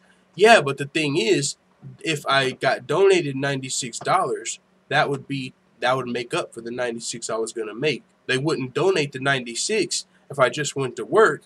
So what that means is I would be going to work, not doing a fight companion, making $96. Or I could do a fight companion, possibly make more than 96 and make $96. So if I did a fight companion, I could actually make more money than if I went to work if I got that 96 off the top. But if I'm not going to get 96, I can't guarantee I'm going to make 96 anywhere else. So actually right now, doing a fight companion and getting donated $96 is a better option if I'm talking about grinding. But I still hear what you're saying. Of course, I still need to work, but I would love to be able to work and make 96 in the morning and then come and stream and do them both. But it's just the time's conflicting. But I'm telling you right now, that 96, motherfucking, I won't see you Thursday. Fuck your time, man. Gate was 2.9 mil for 227, says Red Penny Knight. Okay. Bob Cratchit said you should Photoshop a Wheaties box behind Kayla's picture there. Yo, you're onto some shit. I'm getting better with my not video editing, but with my fucking thumbnail editing, thumbnail making pictures. I'm getting better with that shit, So yeah, I might try that. John Doe says, yeah, you should probably just go to work, man. Will you not get in trouble? No, I don't get in trouble. I'm not hired on somewhere. You know what I'm saying? It's not like I'm like an independent contractor. Like where my job is, I go to a website, and if there's shifts available for a day, then I can go there. But if not, then I just don't. Like, I could not go to work for the next 3 months and I wouldn't lose my job, just the way that I'm, like, plugged in there. But because of that, I don't have benefits or nothing like that. But, this position it started off as a part-time position because I started off when I was going to college part-time. But it's fucking Yes, it's like an independent contracting gig. So but you know, it pays 12 an hour, and as of right now, there hasn't been a lot of shifts. So that's why when I saw this 2-week shift, I grabbed it. But that's why I'm not going to be doing a fight companion. But you know, I would still love to do that shit. John Doe message retracted. Kenshiro Ryu says, Bob, I get free canned fruits. Hee hee. I don't even have 96 food stamps. Do you take canned goods? Sean Taylor says, you guys are already simping for Kayla like it's Ronda all over again. See, this is not Ronda. This is more than Ronda. Ronda got the bronza. No, I'm just kidding. Ronda got the bronze medal. She did her Thug Thizzle with bantamweight. That's not what we're talking about. We're not simping over Kayla Harrison. We're being realistic here. We're not just hyping up some chick that fucking looks good and can't fight. We're talking about legit fucking skills here. You know what I'm saying? It's not like we're just fucking lusting over Kayla Harrison or something ridiculous. She's a 2-time Olympic gold medalist. And in judo, that's already more than what Ronda did in judo. Not putting Ronda down, just saying. She had the bronze medal. Kayla got the gold medal. And she did it twice. On top of that, she's fighting at lightweight. This ain't some bantamweight. This is a girl fighting at lightweight that could potentially, eventually, fight at fucking featherweight. So this is a completely different story. So the Kayla Harrison, it's not even fucking hype. I'm all in on the Kayla Harrison fucking, you know what I'm saying? It's legit potential. It's not just some crazy shit. That's why I really want to watch the fight. John Doe says, let's get this man 96 bucks in. Fuck it. No, it is what it is, man. If we don't get, I ain't expecting nothing. I'm expecting to go to work. If it happened, it happened. But I didn't even fucking think about that until this stream. So, fuck it. But yeah, it would be dope. John Taylor said, okay, man, my bad. Didn't mean to get on your girl. Oh, Kayla Harrison. Oh, yeah, shit. I know there's a lot of people that don't believe in Kayla. You motherfuckers are going to be late on the train. After she wins this fight versus 8-1 Josette Cotton, I want to hear what a lot of you motherfuckers got to say. And then I want to know what goes on after that. This is a tough-ass fight. This is a tough-ass fight for her second fight. I almost don't like these matchmakers for how they're doing my girl. Give her some fucking time. But to be fair, she trained with the American Top Team for a whole year. Man, I tell you about Kayla Harrison. She trained with the American Top Team for a whole year before even taking her MMA debut. And she said when she got into this sport, she's not getting in to be no motherfucking second place. She knows everyone's going to want to see her fight Cyborg. And if she didn't think she could eventually be Cyborg, she wouldn't even be stepping in. So she's got that end game already there. She's coming in, trained for a whole year. Josette Cotton, her next opponent. Let me go to the motherfucking, just let you know who her next opponent is. Straight from the prison yard, whooping bitches. No, but no, on a serious tip, though. Josette Cotton, 8-1, never even made motherfucking featherweight. Josette Cotton can't even make featherweight. She's a lightweight, legit lightweight, 8-1, and she's going to be taking on Kayla Harrison. 8-1 record in her second pro fight. Holy shit, who does that? Motherfuckers are usually fighting people that are 1-8. They're usually fighting people that are 1-8 in their second fight. Usually when you're trying to fucking hype somebody up and you pad their fucking record and make Kayla Harrison like 8-0 or something, you know, before she comes over. She's fighting a killer in her second pro fight. If she ain't got no skills, we're going to find out real fucking soon. Man, I'm gonna, regardless, after I get off work, I'm watching the fight. I ain't even going to look at no fucking updates because my phone is off. So whenever I'm at work, it ain't going to be like I'm watching the updates. I ain't even checking no updates when I get off. I'm just loading up the Kayla Harrison fight, and I'm watching that shit as soon as I get home, regardless, whether I'm motherfucking doing a fight companion or not. I'm telling you, I'm fucking with Kayla Harrison. But let's see what else y'all got to say about that before we move on. Hans Scholl says, full-time is A's, you truly live in Kansas and are currently banging Megan Anderson on the side in Kansas City. Who told you? No, that's not true at all. That's not true at all. Well, half of it's true. Definitely live in Kansas, but the rest, no. John Taylor says she has a great chance. Sure, great chance. Stamina MC says, you fools rustle up 46 between you and I'll send him 50. How's that? Yo, halfway there. Motherfucking 46 bucks, and we're going to be doing the Kayla Harrison fight companion. I will motherfucking call in tonight.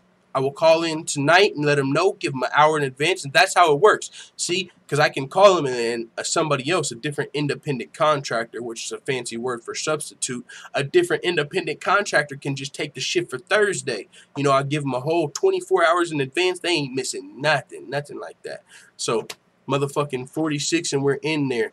John Doe says stamina. I'll PayPal 20 now, so 26 more is needed. Yo, that's crazy. We're $26 away from the motherfucking Kayla Harrison fight companion. Let's get it. That would be so dope. Corey Farmer says, I'm ready for Kayla. Yo, I am too. I couldn't. Her first fight was history. I was trying to let people know. We're watching history right now. You guys think she's just going to be some fucking Ronda Rousey hype job? Miss out on history if you want to. Miss out on history if you want to. Shit, we saw what Ronda Rousey was able to do with just a bronze medal. What the fuck you think a two-time gold medalist is going to come in here and do it lightweight? What? What? Can she make 145? That's the real question. And then if so, now we're talking about Cyborg versus Harrison. But we got a ways to go, and I'm along for the whole ride. Now and later said, damn, I missed this chat. Kayla 2 times. All it takes is one grasp, and striking looks crisp now. That's what we're talking about now and later. And actually, you might be the perfect person. Where we're at is, look, now and later, if you missed what we're talking about Kayla Harrison. I was all motherfucking ready for the fight companion. We got the banners. We got everything. We're about to launch the fight companions, and I was going to do it this Thursday with PFL 6, the return of Kayla Harrison taking on Josette Cotton, and I had it so ready. We were to the point I even had the motherfucking Mystic Ball. Type 1 in the chat for Cotton, 2 in the chat for Harrison. I was so ready for this motherfucking full-time fight companion. But I looked today on the website where I could find if I could find a fucking shift to work, and there was a 2-week shift. Couldn't miss out on the opportunity. Had to take it, which threw off our plans for the Kayla Harrison fight companion. But we thought about it as the full-time family and said, yo, if we got $96, that'd be a better, for one, you'd make more money because at work I'm going to make $96, 8 hours, $96. I got it figured out, you know. But if we got $96, that would allow me to call off for Thursday, which would mean we could actually be being productive while we already made the $96. And so we talked about it. Stamina said he had 50. Motherfucking my dog, who was it that said they had the 20? John Doe. John Doe said he had the 20, so all we needed was the 26. So if you're really down for the Kayla Harrison fight companion, we're $26 away. I didn't even expect that, but we might motherfucking be in there like swimwear. John Taylor says, damn, let her win a real fight first. Bruh, she won a real fight first. She's about to win a real fight next. What you talking about? Win a real fight. You don't think she's been in real fights at American Top Team preparing for her MMA career? You think if she wasn't ready to take a punch, you think if she had no skill, she would just be throwing herself into these fucking fights if she thought she wasn't ready? She can win a real fight. Motherfuckers, don't doubt it. Don't doubt it. I'm telling you right now. Infamous says, damn, she got gel tattoos. Yo, whenever I was motherfucking going to find the pictures for this, whenever I was going to find, and I think, yo, I don't know if that says RIP, but there might be a C on there, but we're going to stick to RIP. But, no, if you listen to her interview on CSH Combat Sports, she really went in. She was raw, live, uncut, dope-ass interview. But she spoke about a lot of things, and it was a great interview. But she talked about how, you know, she thinks she's a little too raw maybe sometime, you know, as far as uncut. And she said some crazy shit on there, but when I was doing research for this picture, man, one of the first things that popped up, I typed in like Josette Cotton, right? And it was like Josette Cotton, domestic something something, or you know what I'm saying? So it's funny you say prison yard tattoos. I think that she might have had a little bit of a past, you know, but it is what it is. I don't mean shit. She's still a real fighter, and she thinks Kayla Harrison and quite a few of these girls. She was even saying some stuff about Cyborg. But she don't, you know, she's ready to come in here and let everybody know that she's the real deal and take this opportunity. So, I mean, with that being said, she's 8-1 as a pro too. So it's gonna be a crazy fight. And after this fight, I'm sure there's still gonna be some people that find a way to deny Kayla Harrison. But yeah, I think a lot more people are gonna be watching her after this fight if she can beat a fighter that's fucking 8-1 in her second pro fight. You know, like I said earlier, most of the time, these people, you don't even, for one, the spotlight's not on them when they're fighting early in their career. We don't know who Ronda Rousey. We weren't watching when she fought her second pro fight. We didn't know what she had the potential to be. Nothing like that. So she could have fought somebody. No one was like, oh, let her fight a real fight first when she was in her second pro fight. No one said that about Conor McGregor in his second pro fight. Oh, let him fight a real fight. You know what I'm saying? Because no one gave a fuck. Kayla Harrison is somebody that's already got all these these expectations and shit. And so she's got to fight an 8-1 fighter in just her second pro fight. So that's going to be a tough-ass task, and we'll see if she can handle it or if she, you know what I'm saying, breaks. You know what I'm saying? If she can't, whatever people might think is true. If you think, oh, she's a judo girl, she can't take a punch like Ronda Rousey. You know what I'm saying? It's funny. People will compare her to Ronda Rousey on the bad part, like, oh, she's not going to be able to take a punch just like Ronda Rousey. But whenever we come in and say, yeah, but she's about to armbar 10 bitches in a row just like Ronda Rousey, they say don't compare her to Ronda Rousey. Motherfucker, well then don't say she's a hype job like Ronda Rousey. That goes both ways, so it is what it is. It's going to be dope, though. Regardless what happens, be watching her next fight and shit like that. So even if we don't get to watch this one, but yeah, it is what it is. What's next for Mackenzie Dern, says Scotty Mayfield. Now, Mackenzie Dern, I'm not as sold on as Kayla Harrison. You know, Mackenzie Dern, she's cool. She's definitely got the jiu-jitsu, they say. I haven't really watched all her jiu-jitsu tournaments. All I've seen is her as a pro fighter, and you know what I'm saying? So, but if the fight gets to the mat, Mackenzie Dern's got some potential. But as far as what's next for Mackenzie Dern, top 10, top 15 ranked fighter, if she can get a win, I'm sure she could get fast-tracked up the division. But, you know, she's going to have to fight higher-ranked opponents. I'm sure, you know, it's going to be easier for her to get those fights because even the ranked girls look at her as like, hey, I want to fight Mackenzie Dern. It's a big name. Get my name out there some more. So I don't know who it'll be, but I know she just got knocked out the top 15. Angela Hill, I think, has that 15 spot or 13 spot. Mackenzie Dern's like right out of the top 15. So she's going to be looking to get in the top 15 and then potentially higher. I don't know exactly who it would be. Moving down, somebody said padded record 8-1. Hey, 8-1 is a hell of a record either way. I mean, it's not easy to find a bunch of girls that are that fucking big even to fight you professionally at 150 pounds, 155 pounds, 145. Ivan Hernandez says they can go really good or bad for Harrison. Exist BMX says Tony, full-time sunglasses after dark.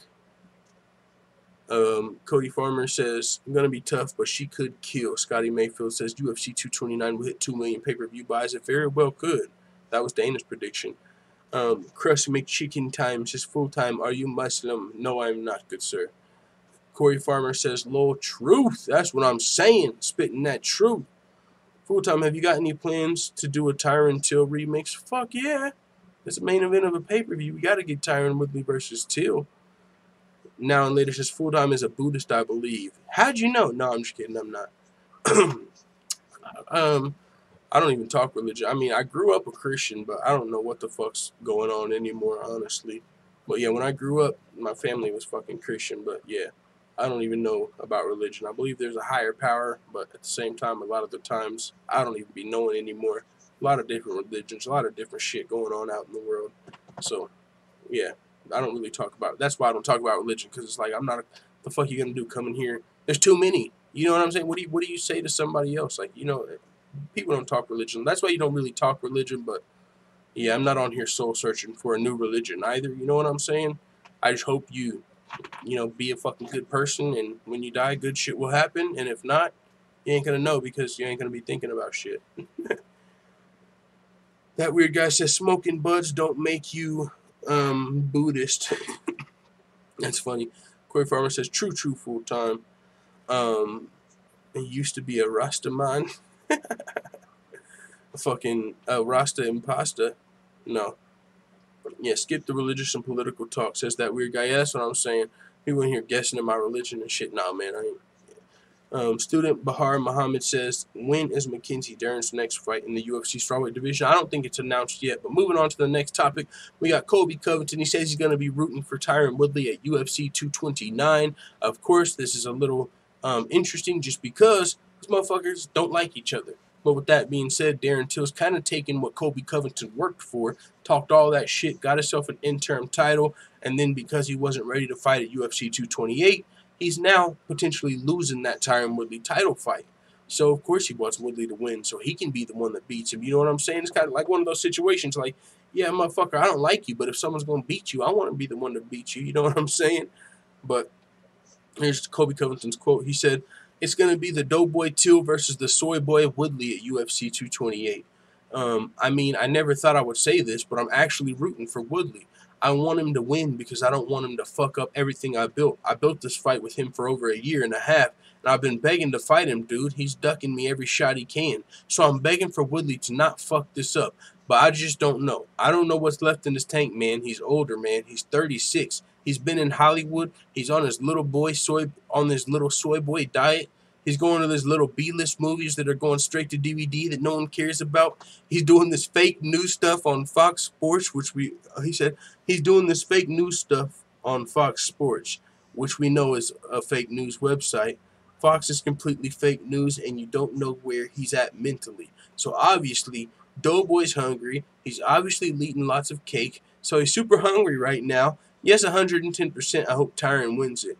So long story short, very long story, a whole bunch of shit talking, but long story short, he's rooting for Tyron Woodley so he can, he's been building this fight. You know what I'm saying? He wants to cash in on what he's worked for. So I ain't mad at that. You know what I'm saying? You could imagine that it's a selfish reason, but Colby Covington's rooting for Tyron Woodley.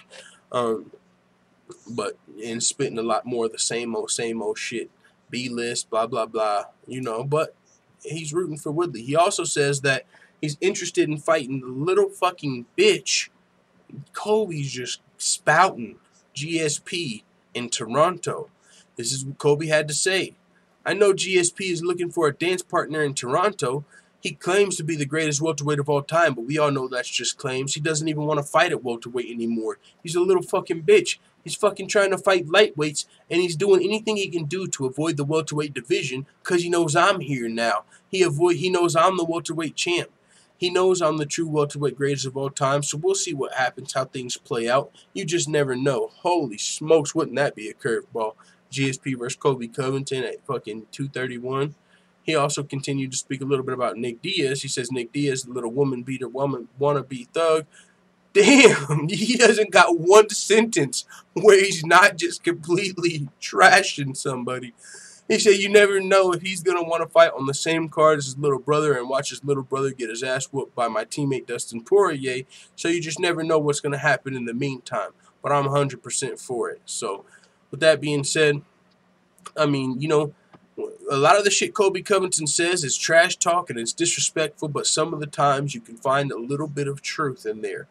I mean, you know what I'm saying? Whether it is what it is, Tyron is on Fox Sports. Yeah, Tyron Woodley probably has been in a B-list movie, but that doesn't take away from the fact that he's grinding. That's actually a good thing, so say what you want, talk your trash.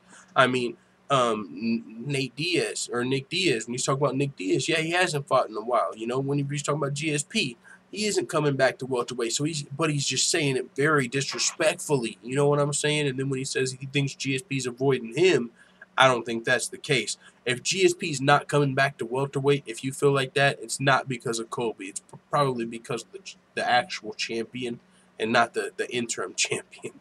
But it is what it is, man. Paulo Costa, I know a lot of people asked about this on the Q&A, which I'm going to upload later because it's like an hour long, so I didn't have time to post it before we had to go live, so I got to post it after, but I already recorded it. It is what it is.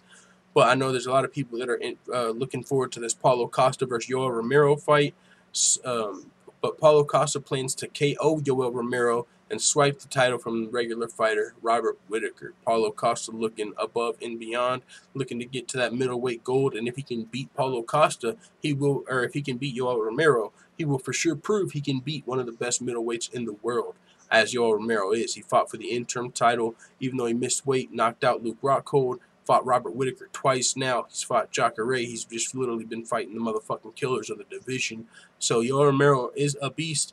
Costa says, this is the biggest challenge of my career. But every fight is the biggest challenge. So I'm very confident I will knock him out. He says, after I win this fight, I will get the title shot. I believe that. He said and then he talked about that potential title shot. He says, as far as Robert Whittaker, he's a regular fight for me. He's not so good in the stand-up or wrestling or jiu-jitsu. He's a regular fight, All right, underrate the motherfucking champion if you want to, OG. That's all I'm saying. Yeah, the fucking middleweight champion that went through a fucking murderer's row to get to the title. Yeah, he's not great at stand-up, jiu-jitsu, or wrestling. No, you're wrong. He's fucking great at all of them. He's not one-dimensional, but he's great at all of them. That's how you fucking beat Derek Brunson and then Jacare and then Yoel Romero twice. It's not because you're a regular fighter. What the fuck is Paulo Costa talking about? I'm sorry. That just threw me off. You're talking about Bobby motherfucking Knuckles saying he's just a regular fighter? Keep thinking that. You must really, you know what I'm saying? You beat Uriah Hall. Where's Daniel Cormier when you need him? You beat Uriah Hall, but that's Uriah Hall, young man. Sit down. That's what we need from Robert Whittaker, a good old DC line. You know what I'm saying? Fuck with Uriah Hall, but come on, Costa. And you're looking past, for one, Yoel Romero is for sure going to be the toughest fight of your career. But now, when you think about it like that, think this guy that you're calling a regular fighter, Robert Whittaker, beat that guy twice already. You're working on getting to him once, and it's after Robert Whittaker kind of laid out the motherfucking blueprint. And he beat him twice. So if you're going to beat Yoel Romero, you're likely going to be watching those Whittaker fights to learn how to do that, unless you're just going in here with no motherfucking game plan or you ain't watching no tape. So put a little more respect on Whittaker's name, and we'll see how you do versus Yoel Romero. But Paulo Costa still got a little bit to prove before we look at him as the next motherfucking king of the middleweight division. To be honest, I want to see what it's looking like Costa versus Adesanya, but UFC has other plans. Adesanya is likely going to be fighting Brunson, but we'll see what happens in Costa versus Romero. But it definitely seems like, if anybody, he's at least underrating the champ Robert Whittaker. But it is what it is. He's coming for that throne, and you know what I'm saying? He's letting it be known. So we'll move on. We got Santiago Ponzinibbio calling out Rafael dos Anjos. Rafael dos Anjos firing back. Santiago Ponzinibbio says, you want to fight in November? Fight me. November 17th, South America. Let's do the fight, man. Stop being loose and not fighting. You have to fight. I do not understand why he's running out of the fight. Being able to put on a big show in South America near his country. Let's make a historic event for the first time. The UFC comes to Argentina. Very good opportunity. I do not understand what happened to him. It's a good fight. I cannot understand. The guy is running from the fight, and I do not know why. So Santiago Ponzinibbio wants to fight Rafael dos Anjos. Clearly, Rafael dos Anjos he's coming off of that loss to Colby Covington, but he's still a big name. You know, that'd be a huge fight for Santiago Ponzinibbio. And Santiago Ponzinibbio also wants to headline, you could imagine, UFC going to Argentina, I believe Buenos Aires, for the first time. So Santiago, being from Argentina, is likely going to be headlining that card. But if he can't get RDA to come over to Argentina, then he probably won't be fighting RDA. And that seems to be the case, as Rafael dos Anjos responded. And he said, let me find the translation. He says, do you really think I'm avoiding you? You gave me one option, but I'll give you two. Let me know when you can show up at RVCA Gym to discuss this face-to-face. Bring your mouth guard. Let's fight in Vegas or Los Angeles. Awaiting. So he's saying, I'm not scared of you, motherfucker. I'm just not fighting on that date. You only want to fight me on one day in Argentina, and that's the day I'm not ready. If you think I'm scared of you, let's do it in the gym. Bring your gloves and your mouthpiece, and I'll fight anybody. But I'm not just going to fight you in Argentina just because you want me to fight you in Argentina. Now, we can do this also in Vegas. We got multiple options, but I'm not just catering to your ass. So, with that being said, you get that, you know what I'm saying? But it's a little interesting situation because, in my mind, I don't think Santiago Ponzinibbio's fighting anywhere but Argentina. That main event almost is like fucking made for him. He's from Argentina, probably the highest ranked Argentinian fighter in the UFC. He was going to be headlining UFC Chile, got injured. Now he's got the chance to headline Argentina, UFC Argentina. I don't think he can fight in fucking Vegas or one of these other fight cards. But that's why RDA offered the invitation. Hey, bring your gloves and your mouthpiece. Let's do this with no camera. So, interesting situation. But you guys let me know what you think in the comments. Of course, RDA, got to give him the benefit of the doubt, former champion. Not going to say he's, any of these fighters are scared of the other one. But if you know kind of that Santiago's probably only going to fight in Argentina, and you're like, well, I'm not fighting in Argentina. It's like, well, then you're not fighting Santiago. So, but he did offer him, the fair one at the gym. So if Santiago Ponzinibbio just wants to scrap him, they can go get it done there. And, so RDA, who knows? Maybe he might even want some money for that. Like, I know y'all kind of want to, put me against Santiago in fucking Argentina. So Either give me a little more money or fight me like in Vegas, because I'm not fucking Argentinian. What the fuck do I care if I fight in Argentina? You want me to fight him? Bring him to Vegas. You want me to fight him? Bring him somewhere else. But I'm not about to go to Argentina just because you are fucking Argentinian, dog. So it is what it is. But Santiago says, if I hit your gym, no one's going to see it. So that's why we have to do this with the UFC. You wanted to fight in November. Here you go. Already closed. Christmas came early. So if he was looking to fight in November, Santiago posted a video, said, I got a November date for you. And if not, it looks like RDA might be fighting on a different card. So I personally want to see RDA versus Masvidal, but I don't know if Masvidal is going to be done filming his show or whatever. I actually seen like a clip of Masvidal on his show. It's kind of, it's like he was doing like a challenge against some like fucking steroid dude, like big ass bodybuilder motherfucker, and Masvidal smoked his ass. It was like an endurance challenge.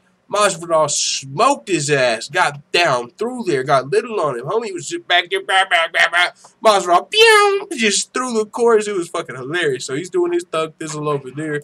Like, it's not just like a reality soap opera ass TV show. It's actually like, you know, physical challenges, competitions, endurance tests, and shit like that. So Masvidal's over there holding it down for the UFC for sure.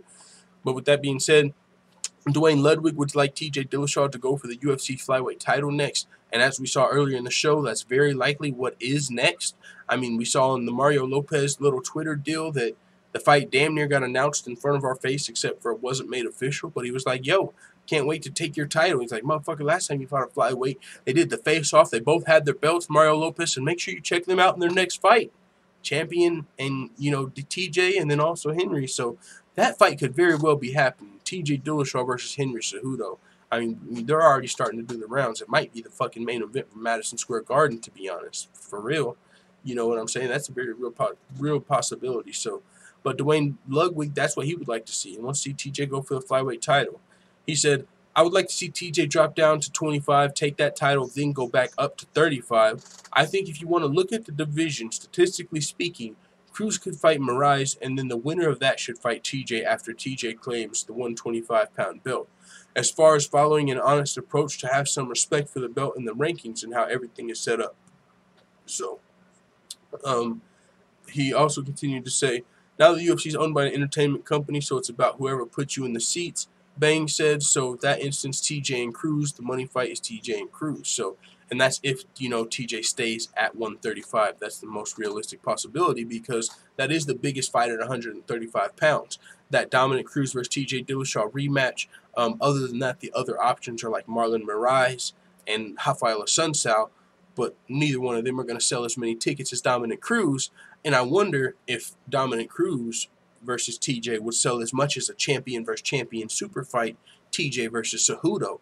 And it looks like that's what might be next, and that's what the coach wants. And that might be what the coach gets as far as Duane Ludwig is concerned. So, that being said, we got another bantamweight in the title contention. Rafael Assunção calling for the next title shot, saying, I don't know what else I've got to do. Talk some shit. That's exactly what you got to do. You're 11-1 at bantamweight. Right now, bro, you're for sure getting skipped over. Right? Like right now, Cruz could get the shot or Cejudo.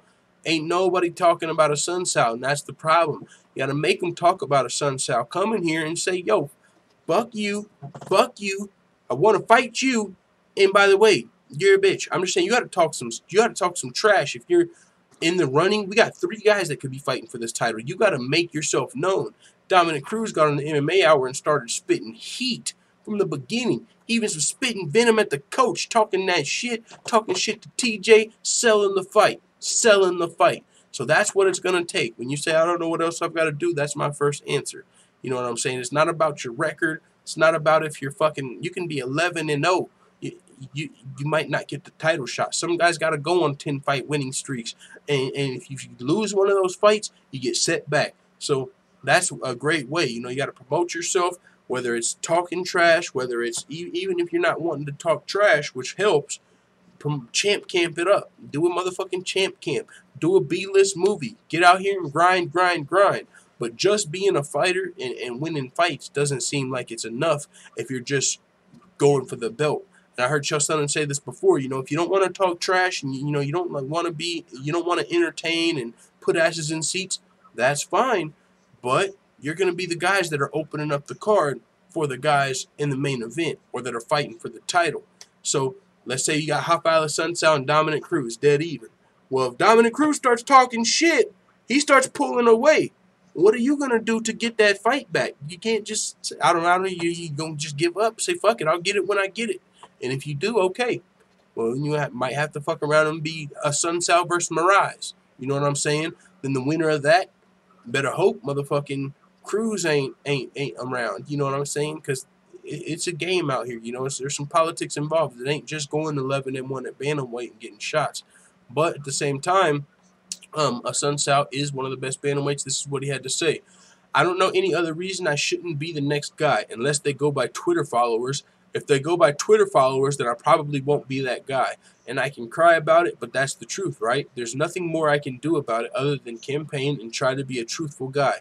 If they go by who has the most Twitter followers and Instagram followers, then I probably won't be that guy. But if they go by the most deserving, the most consistent, and one of the best fighters in the division, I'll be that guy. I'll definitely be that guy. He says, I never missed weight. I'm the most consistent guy in the division, probably up there with TJ because TJ's a pretty consistent champion. I think he's one of the most consistent guys out there. Other than myself and TJ, there's no fighter who's as consistent as we are. And he continued to say, I have no idea, man. I have no idea. I've done everything that I have to do. I've done everything that I could do, and I don't know what else to do. It's a confusing time right now. It's just a crazy time in the bantamweight division. I understand that, but let's make this happen, man. I don't know what else I've got to do. I really don't. I'm starting to think of other options, like get a good lawyer or something, he said with a laugh. I don't know what to do. I really don't. Oh, shit. He said, like, get a good lawyer. Awkward. He might be, you know what I'm saying? I don't know where my mind went with that joke was get a lawyer like, hey, I'm earning my shot and I'm not getting it. I might need, like, a lawsuit type deal. I don't know how else a lawyer's going to help you get your title shot. You know, but so I'm not going to reach there, but it is what it is. I mean, sometimes like, hey, I feel like I'm deserving of a title shot. Hopefully I get it, but it is what it is. And like I said in the beginning, I mean, you see the people with the followers, and even if you don't got the followers, the people that sell the fight, talk the trash, do what they got to do to get the headlines. Those are the people that are usually getting the opportunity. So we'll see what happens with the Sunsao. Moving on, we got just a little bit more. Coming up to Bellator, we got Scott Coker said he would love to talk to Eddie Alvarez if able. So if Eddie Alvarez doesn't take the UFC's deal, and we just recently saw Dana White say, hey, you know, I would love to keep Eddie Alvarez, but at the same time, if he wants to go somewhere else, I'm cool with that too. So Eddie Alvarez could potentially become a free agent soon, and if that does happen, Scott Coker says Bellator would love to talk to him. And that's good news for Eddie Alvarez because he's already fought for Bellator in the past, and when he left, it wasn't the best of terms. But I think it was still when they were with Bjorn Rebney and not Scott Coker. So now it's a new regime, and so he might have a better going over at Bellator. And so that's good to hear if you're Eddie Alvarez, considering that they're really one of the only other options for a fighter of his caliber to get the money that they're worth. Whether it's Bellator or the UFC, Eddie Alvarez is one of the best lightweights in the world. So we would love to see him stay with one of those promotions. Now, where's it going to happen? We don't know. Talked about this a little earlier. Michael Chandler as well, also coming up on free agency. My inclination is that wherever one goes, the other goes. If Eddie Alvarez re-signs with the UFC, I think they'll sign Michael Chandler. If Michael Chandler re-signs with Bellator, Eddie Alvarez could very well go to Bellator. I think that's regardless where they go, we all want to see that fight. But if you listen to the Joe Rogan podcast with Michael Chandler, he was trying to, like, recruit him a little bit. Hey, you want to come to the UFC type deal? You know what I'm saying? He is coming up on free agency. So, but Eddie Alvarez just gambled on himself before his last fight with Dustin Poirier and lost the gamble. You know, he lost. He came up. His snake eyes. You know how that goes sometimes. He fucking, you know, went in, one fight left. If he would have won that fight, it would have been a fucking power play. Because it's like, I just beat a guy that could be fighting for the title. So now he can get what he's asking for. But when you lose the fight, you kind of got to take what the UFC's offering you, unless you're going over to Bellator. So with that being said, we'll see what happens. But Scott Coker says he would love to speak with Eddie Alvarez if he's a free agent. He says, I don't think we've talked to Eddie, but listen, if he wants to reach out and have a conversation and he's really truly a free agent and we're not interfering in anybody's contract, we would love to talk to him. I think the guy has done a lot of good work in building his brand here in the U.S. Obviously, he's had some great fights with Michael Chandler here in the past, We want to talk to every free agent out there that's a big star, and I think Eddie's still a big star for sure. I mean, he was in the one of the most iconic fights, even though he was on the losing end. He fought Conor McGregor when Conor McGregor became the champ at UFC 205 in Madison Square Garden, the UFC's very first fight ever in Madison Square Garden. And he was in the main event of that card, huge card. So until Khabib versus McGregor, I still think that card holds the fucking record for the biggest, fight in UFC history. That Madison Square Garden, Conor McGregor champ card, crazy night. So definitely still one of the biggest stars in the sport just from that and being the lightweight champion and some of the wars he's been in with Chandler and other guys, Gaethje. So Alvarez definitely one of the best lightweights in the world. We'll see where he goes. I'll keep you guys updated, but it looks like Bellator is open to having him back. Rampage Jackson involved in an accident, hit by a fucking truck. I low-key wanted to put that in the title, like Rampage hit by a truck? Draggy? Like, what? What's going on here? But yeah, man. Fucking Rampage hit by a truck, though. Fuck it. Still gonna fight. Let's fucking zoom that out for you guys a little bit. So, Rampage got hit by a truck. You see that? You see the fucking markings on his face? Like, what the fuck? You get hit by a truck face first, dog? You get fucking hit? Damn. But he says he's still gonna fight. Now, with that being said, he's gonna be taking on Wanderlei Silva in their 4th fight. They've already fought 3 times. Jackson, he lost the first 2, avenged it in the UFC. Now they're going to be fighting the 4th time. And he got hit by a fucking truck on the way to the fight. That's not a good sign for Rampage, for sure, coming into this fight. Hopefully he's fucking healthy, but, I mean, you still got to fight. I mean, shit, we'll see what happens, but that's definitely not a good sign for Rampage going into the fight, getting hit by a damn truck. Low-key, that's kind of crazy. This shit right here, this was on MMA Imports, one of those more clickbaity websites. Sometimes you don't know if it's true, you don't know if it's new, you don't know if this is old or whatnot. But I just found this interesting, figured I'd put it at the end of the show. We all know Ali Abdelaziz. Hell, he was just, I believe, throwing down with Kamaru Usman recently. He's one of the guys that really is behind his fighters, you know what I'm saying? He is a fighter's manager. He gets his fighters big fights, rematches and title fights. He's definitely one of the best managers in MMA. But it seems like Ali Abdelaziz might low-key be a motherfucking, he might be scaring some dudes out here on the streets. You know what I'm saying? I don't know the details of this situation, but it's on Twitter, so it's some footage we can actually play. So I said, hey, let's motherfucking play it. But this guy seems to know Frankie Edgar and, and Coach Mark and the boys up there. So this is what he posted on Twitter, and he's talking about, I believe, Frankie Edgar's manager, which to my knowledge is Ali Abdelaziz. Here's what he had to say. Punk, bitch, piece of shit. Frankie, that's your manager calling me things. This is what I get text too. I'll tell you what I am. I'm a 58-year-old man, run a family business since 1989. I've raised 3 girls, I have 4 grandchildren, and I've been married 36 years. I'm not a motherfucker, I'm not a piece of shit, I'm not a punk, I'm not a bitch. But, Frankie, decide, what do I do with your standing?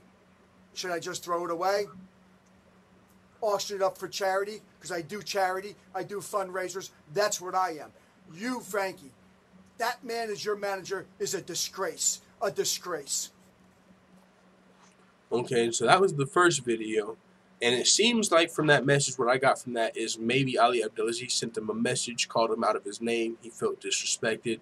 Might have called him a punk. Might have called him a bitch, whatever not. It seemed like from what I got from that, might have sent him a message with some vulgarities. But then, seemed like he might have got another message. Now he's talking about some good versus evil. And he motherfucking letting everybody know. Neighborhood watchers, in effect, we do call the cops around Chia. Oh, fuck, you got music in the background, dog. You gonna get my... They're gonna take the whole... I'm gonna have to mute. I'm gonna have to mute it. I'll tell you guys what he's saying, though. And I'm going off of... I watched it earlier, but he's saying, yo, you can threaten me, fucking, essentially, I'm paraphrasing. You can threaten me, but just know, I respect the police. I got police badges and awards for how much I support the police. I've always been a huge supporter of the police. You can see behind me, I got motherfucking badges from all the different battalions and all the different forces, the police, all these motherfuckers got my back. So send me all the threats you want, but just know I'm gonna let the police know about these threats. So I got the police on my side if you're sending me these threats, some real shit. So seemed like, according to him, he might be in a little bit of fear, you know? And I'm saying that because he's like, yo, he's just letting them know. And he said something about threatening to wreck his shop up, you know, wrecking up his shop. He might be like a bar owner. I'm not sure exactly what he runs down there, but I think it's a bar. You know, he spoke about in this video that I can't play because there's music in the background, and they'll fucking give a whole 3-hour stream's worth of fucking advertisements to this music song if I let it play, so we can't do that because we need our pennies. But with that being said, he's just saying, yo, I got some threats. You talking about wrecking up my shop? Well, I fuck with the police. I'm letting them know about these threats. If you're going to come do something, just know the police know about you. And then at the end, he said, this is now a battle of good versus evil. He's tagging law enforcement and shit like that. The radio stations, Maximum Power, Middle Easy, MMA and stuff. So he's letting it be known. He's having a little bit of he's taking it to the public, his dispute possibly with Ali Abdelaziz. Not going to lie, that could be because he doesn't want his shit wrecked up, you know, to be posting that tweet. Like, yo, I fuck with I got the police. They rock with me. I'm going to let them know about this threat. Bada boom. With that being said, I don't know where my girl is, but let's motherfucking go. I'm all the way in. I don't even remember what that shit was called. Y'all ever been on like a fucking porn website and some shit pops up and they're like doing some MMA porn? I think that shit's called like Ultimate Surrender. That shit's coming back to my mind now. You know, I might have watched 1 or 3. No, I'm just kidding, but I'm just saying. Are y'all ready for Angela Magana moving to the Ultimate Surrender? She hasn't won an MMA fight in the last 7 years, so it doesn't seem like she should be necessarily having to fight pro, but she could go over there and run shit. You know what I'm saying? I've always, low-key, and the more crazier she sounded, I've always kind of thought, like, yo, I don't know, this is probably fucked up. The crazier Angela Magana gets, the more I'm like, yo, I kind of fuck with, I might need to, you know what I'm saying? I kind of like Angela Magana now. Because you know what they say, crazy bitches got the best pussy. So I've kind of been looking at Angela Magana a different way as of late. The crazier she seems, I'm like, okay, what up, Angie? You know what I'm saying? And now she's went back and forth with motherfucking Kendra Lust. That just sounds like a porn star name. I don't know who she is. But Angela Magana has accepted the challenge. And so I'm thinking porn star versus Angela Magana, that's got to be some sort of Ultimate Surrender shit, right? And you can't tell me you wouldn't fucking watch. Are you kidding me? Both MMA and porn, 90 fucking something percent, and maybe not porn anymore, but 90% of their fucking viewers are dudes. So that's, money. You know, you're combining 2 fucking male-dominated fucking things, and that's just money. We saw the Cam Soda Legends recently. Charles, Felony Charles Bennett and Rico Rodriguez and a few other fighters fought on that Cam Soda card. And that was, I think, a big success, as they're going to be having another card. Cam Soda's going to be having another MMA event pretty soon. So, yeah, man, that's something I'm not going to sit here and lie to you, motherfucker. I would definitely be watching. Angela Magana responded to Kendra Lust. She said, let's grapple. Angela Magana said, when and where. She said, I just let her know that I am down. So, I'll keep you guys updated. You keep me updated. We need to be updated on this situation. If we got Angela Magana versus a bitch named, or a chick named Kendra Lust going down in the Ultimate Surrender, we all need to be doing like a fucking fight companion. Like over on Patreon, because you can't do that shit on YouTube. You know what I'm saying? Either way, I found that interesting, and I figured quite a few of you guys would as well. And with that being said, I think that's actually the last topic. So we're going to rock out with the full-time family. And then we got a lot of work to do before work tomorrow. I got to fucking announce the Sean O'Malley fight. I got to fucking announce Dillashaw versus Cejudo, at least in video format. Got to talk about a few things on videos. Got to post the answers to the Q&A. And then, of course, we got work tomorrow, live show tomorrow. A lot of shit. We're grinding, family. So see what the family's talking about before we get out of here for the day. Seismic Shock, we'll just start right here. Infamous, actually. Creepy ass doll. Bob Cratchit says, keep losing the stream. Oh, if you guys were losing the stream, that's unfortunate. I wasn't even paying attention. So if the stream was out, I didn't know it. If we had connection issues. Corey Farmer says Ali always seemed like a snake to me. CWDC agreed. Stamina MC says I like how Ali keeps it when he talks. I like how real he keeps it when he talks, but I almost feel like he's bipolar at times. Bipolar, split personality vibes. Yeah, I fuck with Ali, man. He keeps it real when he talks, but at the same time, he's got the gift of the gab, and he knows how to, like let's say he's trying to get somebody to fight one of his guys. He knows how to convince somebody to fight him. So he's really smart too, you know what I'm saying? And he gets his guys the fights that they need. But yeah, man, with that being said, everybody's got their own take on Ali, but he also can talk some trash for sure. But that whole situation was a little interesting. Webb's PK Vid says, I get the impression it's about Ali, randomly started on John Kavanaugh for no reason. Does El Kakui have a fight, says Corey Farmer. Yes, he does. He said fight news coming soon, but he didn't announce who. Now and later says, that story is hysterical. Kenshiro Ryu says, I'll buy that lesbian DVD. You talking about Magana versus what's her name? I'm telling you, Magana versus Kendra Lust. I need a copy. John Doe says, Scotty Snake don't have to be a bad thing either. Corey Farmer says, sorry, I'm not a John Kavanaugh fan personally. I think he was heavily underqualified. Well, compared to Duke, Rufus, Jackson Wink, Longos, and some others. Frankie does bring the fighters to that bar, says Now and Later. Okay. Seismic Shock says, no more excuses. Scotty Mayfield says, it's Khabib time. He also says, bro, a lot of women watch porn and don't get it twisted. That's why I said those numbers are probably a little higher now, you know what I'm saying? Definitely not the same as MMA, but it used to be male-dominated. You know what I'm saying? So EBS Rock says, who thinks Khabib is going to pull out due to injury? I don't know if it's going to be an injury. I hope not. No one's going to pull out. We're not going to jinx it. Infamous says Ali got one crazy-ass pass. I don't know about all that. I'm not in that man's business, but it wouldn't surprise me. Corey Farmer says Scotty is just filling off a look. He says, oh, he's just talking to Scotty. Stamina MC's responding to Seismic Shock. So we didn't get the last 26? John Doe said Stamina. Yeah, I don't know.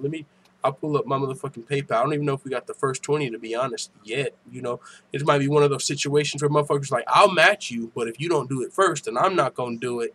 And like, well, I'm not going to do it if y'all don't do it, so fuck it. We ain't doing it. You know what I'm saying? So if I get to motherfucking 26, if I get to 76, dog, I'll fuck around and call in.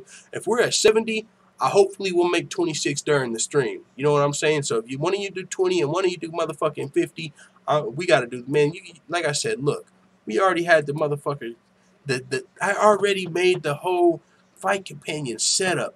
I did the motherfucking mystical ball for right before the fight, make your predictions. Like, I was ready for this thing, man. So, even if we don't necessarily get the full $96 so I can make what I was going to make it work, fuck it, we might just have to take a $26 short, you know what I'm saying? It is what it is. I want to be here for the fight companion. So even if we don't get the other $26, if y'all donate fucking $70, I'll still do the fight companion because that would still be dope and it would still be productive in my mind. And I would, still be hustling, instead I wouldn't just be missing out on money, which I can't do. So if it happens, it happens. And if you'll know, because we'll still be doing a fight companion and I'll tell you guys. But if not, man, it is what it is. We're going to keep grinding regardless whether or not we have to miss this fight and just watch it later.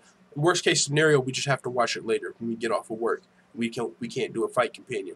But it is what it is. If you guys do donate, then I'll definitely be doing that shit. Corey Farmer says, thank you full time. John Doe says, dear Stamina. Pinhead says, is Costa versus Romero official yet? Been wanting to know. It was already announced by the UFC, but it was at a situation where we heard that maybe Romero hadn't signed off on it yet. So, yeah, I haven't got word like, okay, Romero signed the contract, but the UFC had, announced it on one of their Twitters. You know how they got, UFC, UFC Europe, UFC fucking whatever. They had a bunch of different ones. UFC Europe actually announced the fight, I believe, so that's interesting. But, so as far as official, I can't tell you like that, but it's really close. Scotty Mayfield says, Corey, you're not, he's responding to Corey. Corey Farmer says, my bad, Scotty, I'm doing my best. Seismic Shock says, a fighter can pull out weeks before a fight and miss weight.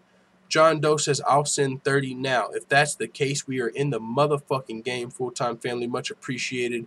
And we're definitely going to be doing the Kayla Harrison Fight Companion, and that is super motherfucking dope because it's this Thursday, and I can't wait. PFL 6, be there, be square. Kayla Harrison versus Jose Cotton.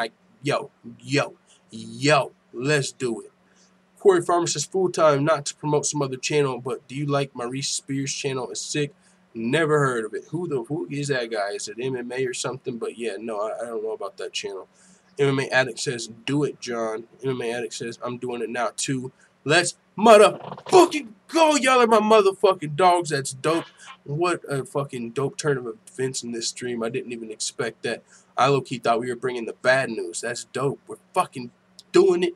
That's we're still going to be doing our live shows in the daytime, though, as far as in just talking news, because I'm going to be working the rest of the days. But Thursday, we will be here for the Fight Companion. That is fucking awesome. Still Wolf says, full-time, who's your favorite female UFC fighter? Right now, Kayla Harrison. Need I say more? I mean, no, people ain't going to let me slide with Kayla Harrison. My favorite, I mean, you got Valentina Shevchenko. I think maybe Valentina, Kayla Harrison. I got to give you somebody that's not a blonde, I realize. I like Rose, although I'm not going to lie. I liked Rose before the title a little bit. You know what I'm saying? Before the bus attack. I kind of liked Thug Rose. Now we're kind of getting like Princess Rose. I kind of like Thug Rose. You know what I'm saying? But yeah, Valentina Shevchenko, Kayla Harrison. I was rocking with Amanda Nunes. I really liked Amanda Nunes before this whole Cyborg debacle. You know, I was like, when people were giving her shit for her sinusitis, I was like, yo, but she's still one of the fucking best bantamweights in the world, regardless of if you don't like her, what you think about her. Put some respect on her skills. But as of late, I've even been like, come on, how are we going to call out Cyborg when all of this, Cyborg literally gave you every out. I don't want to fight a fellow Brazilian. I don't want to make Brazil cry. I don't want to do all of this shit. And you're like, no, I want to fight you. Fuck that. Let's fight. I hear you and all. Nothing against Brazil, but let's fight. And now Cyborg's like, okay, what up, bitch? What up, bitch? You know, and now she's like, yeah, but you see, in December, I'm actually going to be ready for it. Like, nah. Now I'm even like, nah. But I'm trying to go down the divisions. That's usually how I do this. And when you ask my favorite, I don't know if you're talking about looking, if you're talking about skills, if you're just talking about who I enjoy. I like Karolina Kowalkiewicz. She's super cool. I think she's the Polish cowgirl, motherfucking fight anyone, anywhere, any place. I just don't see Karolina Kowalkiewicz ever turning down a fight with anybody.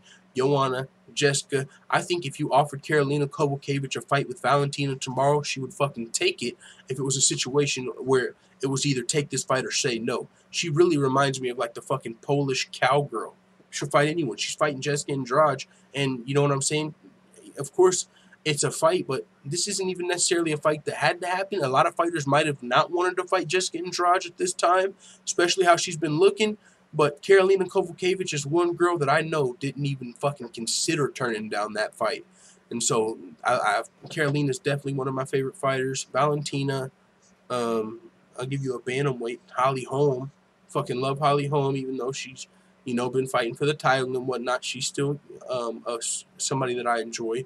She's got the skills, and she seems like a pretty cool person as well. You know what I'm saying? As far as she hasn't did anything that makes you go like, what the fuck is wrong with this bitch? You know what I'm saying?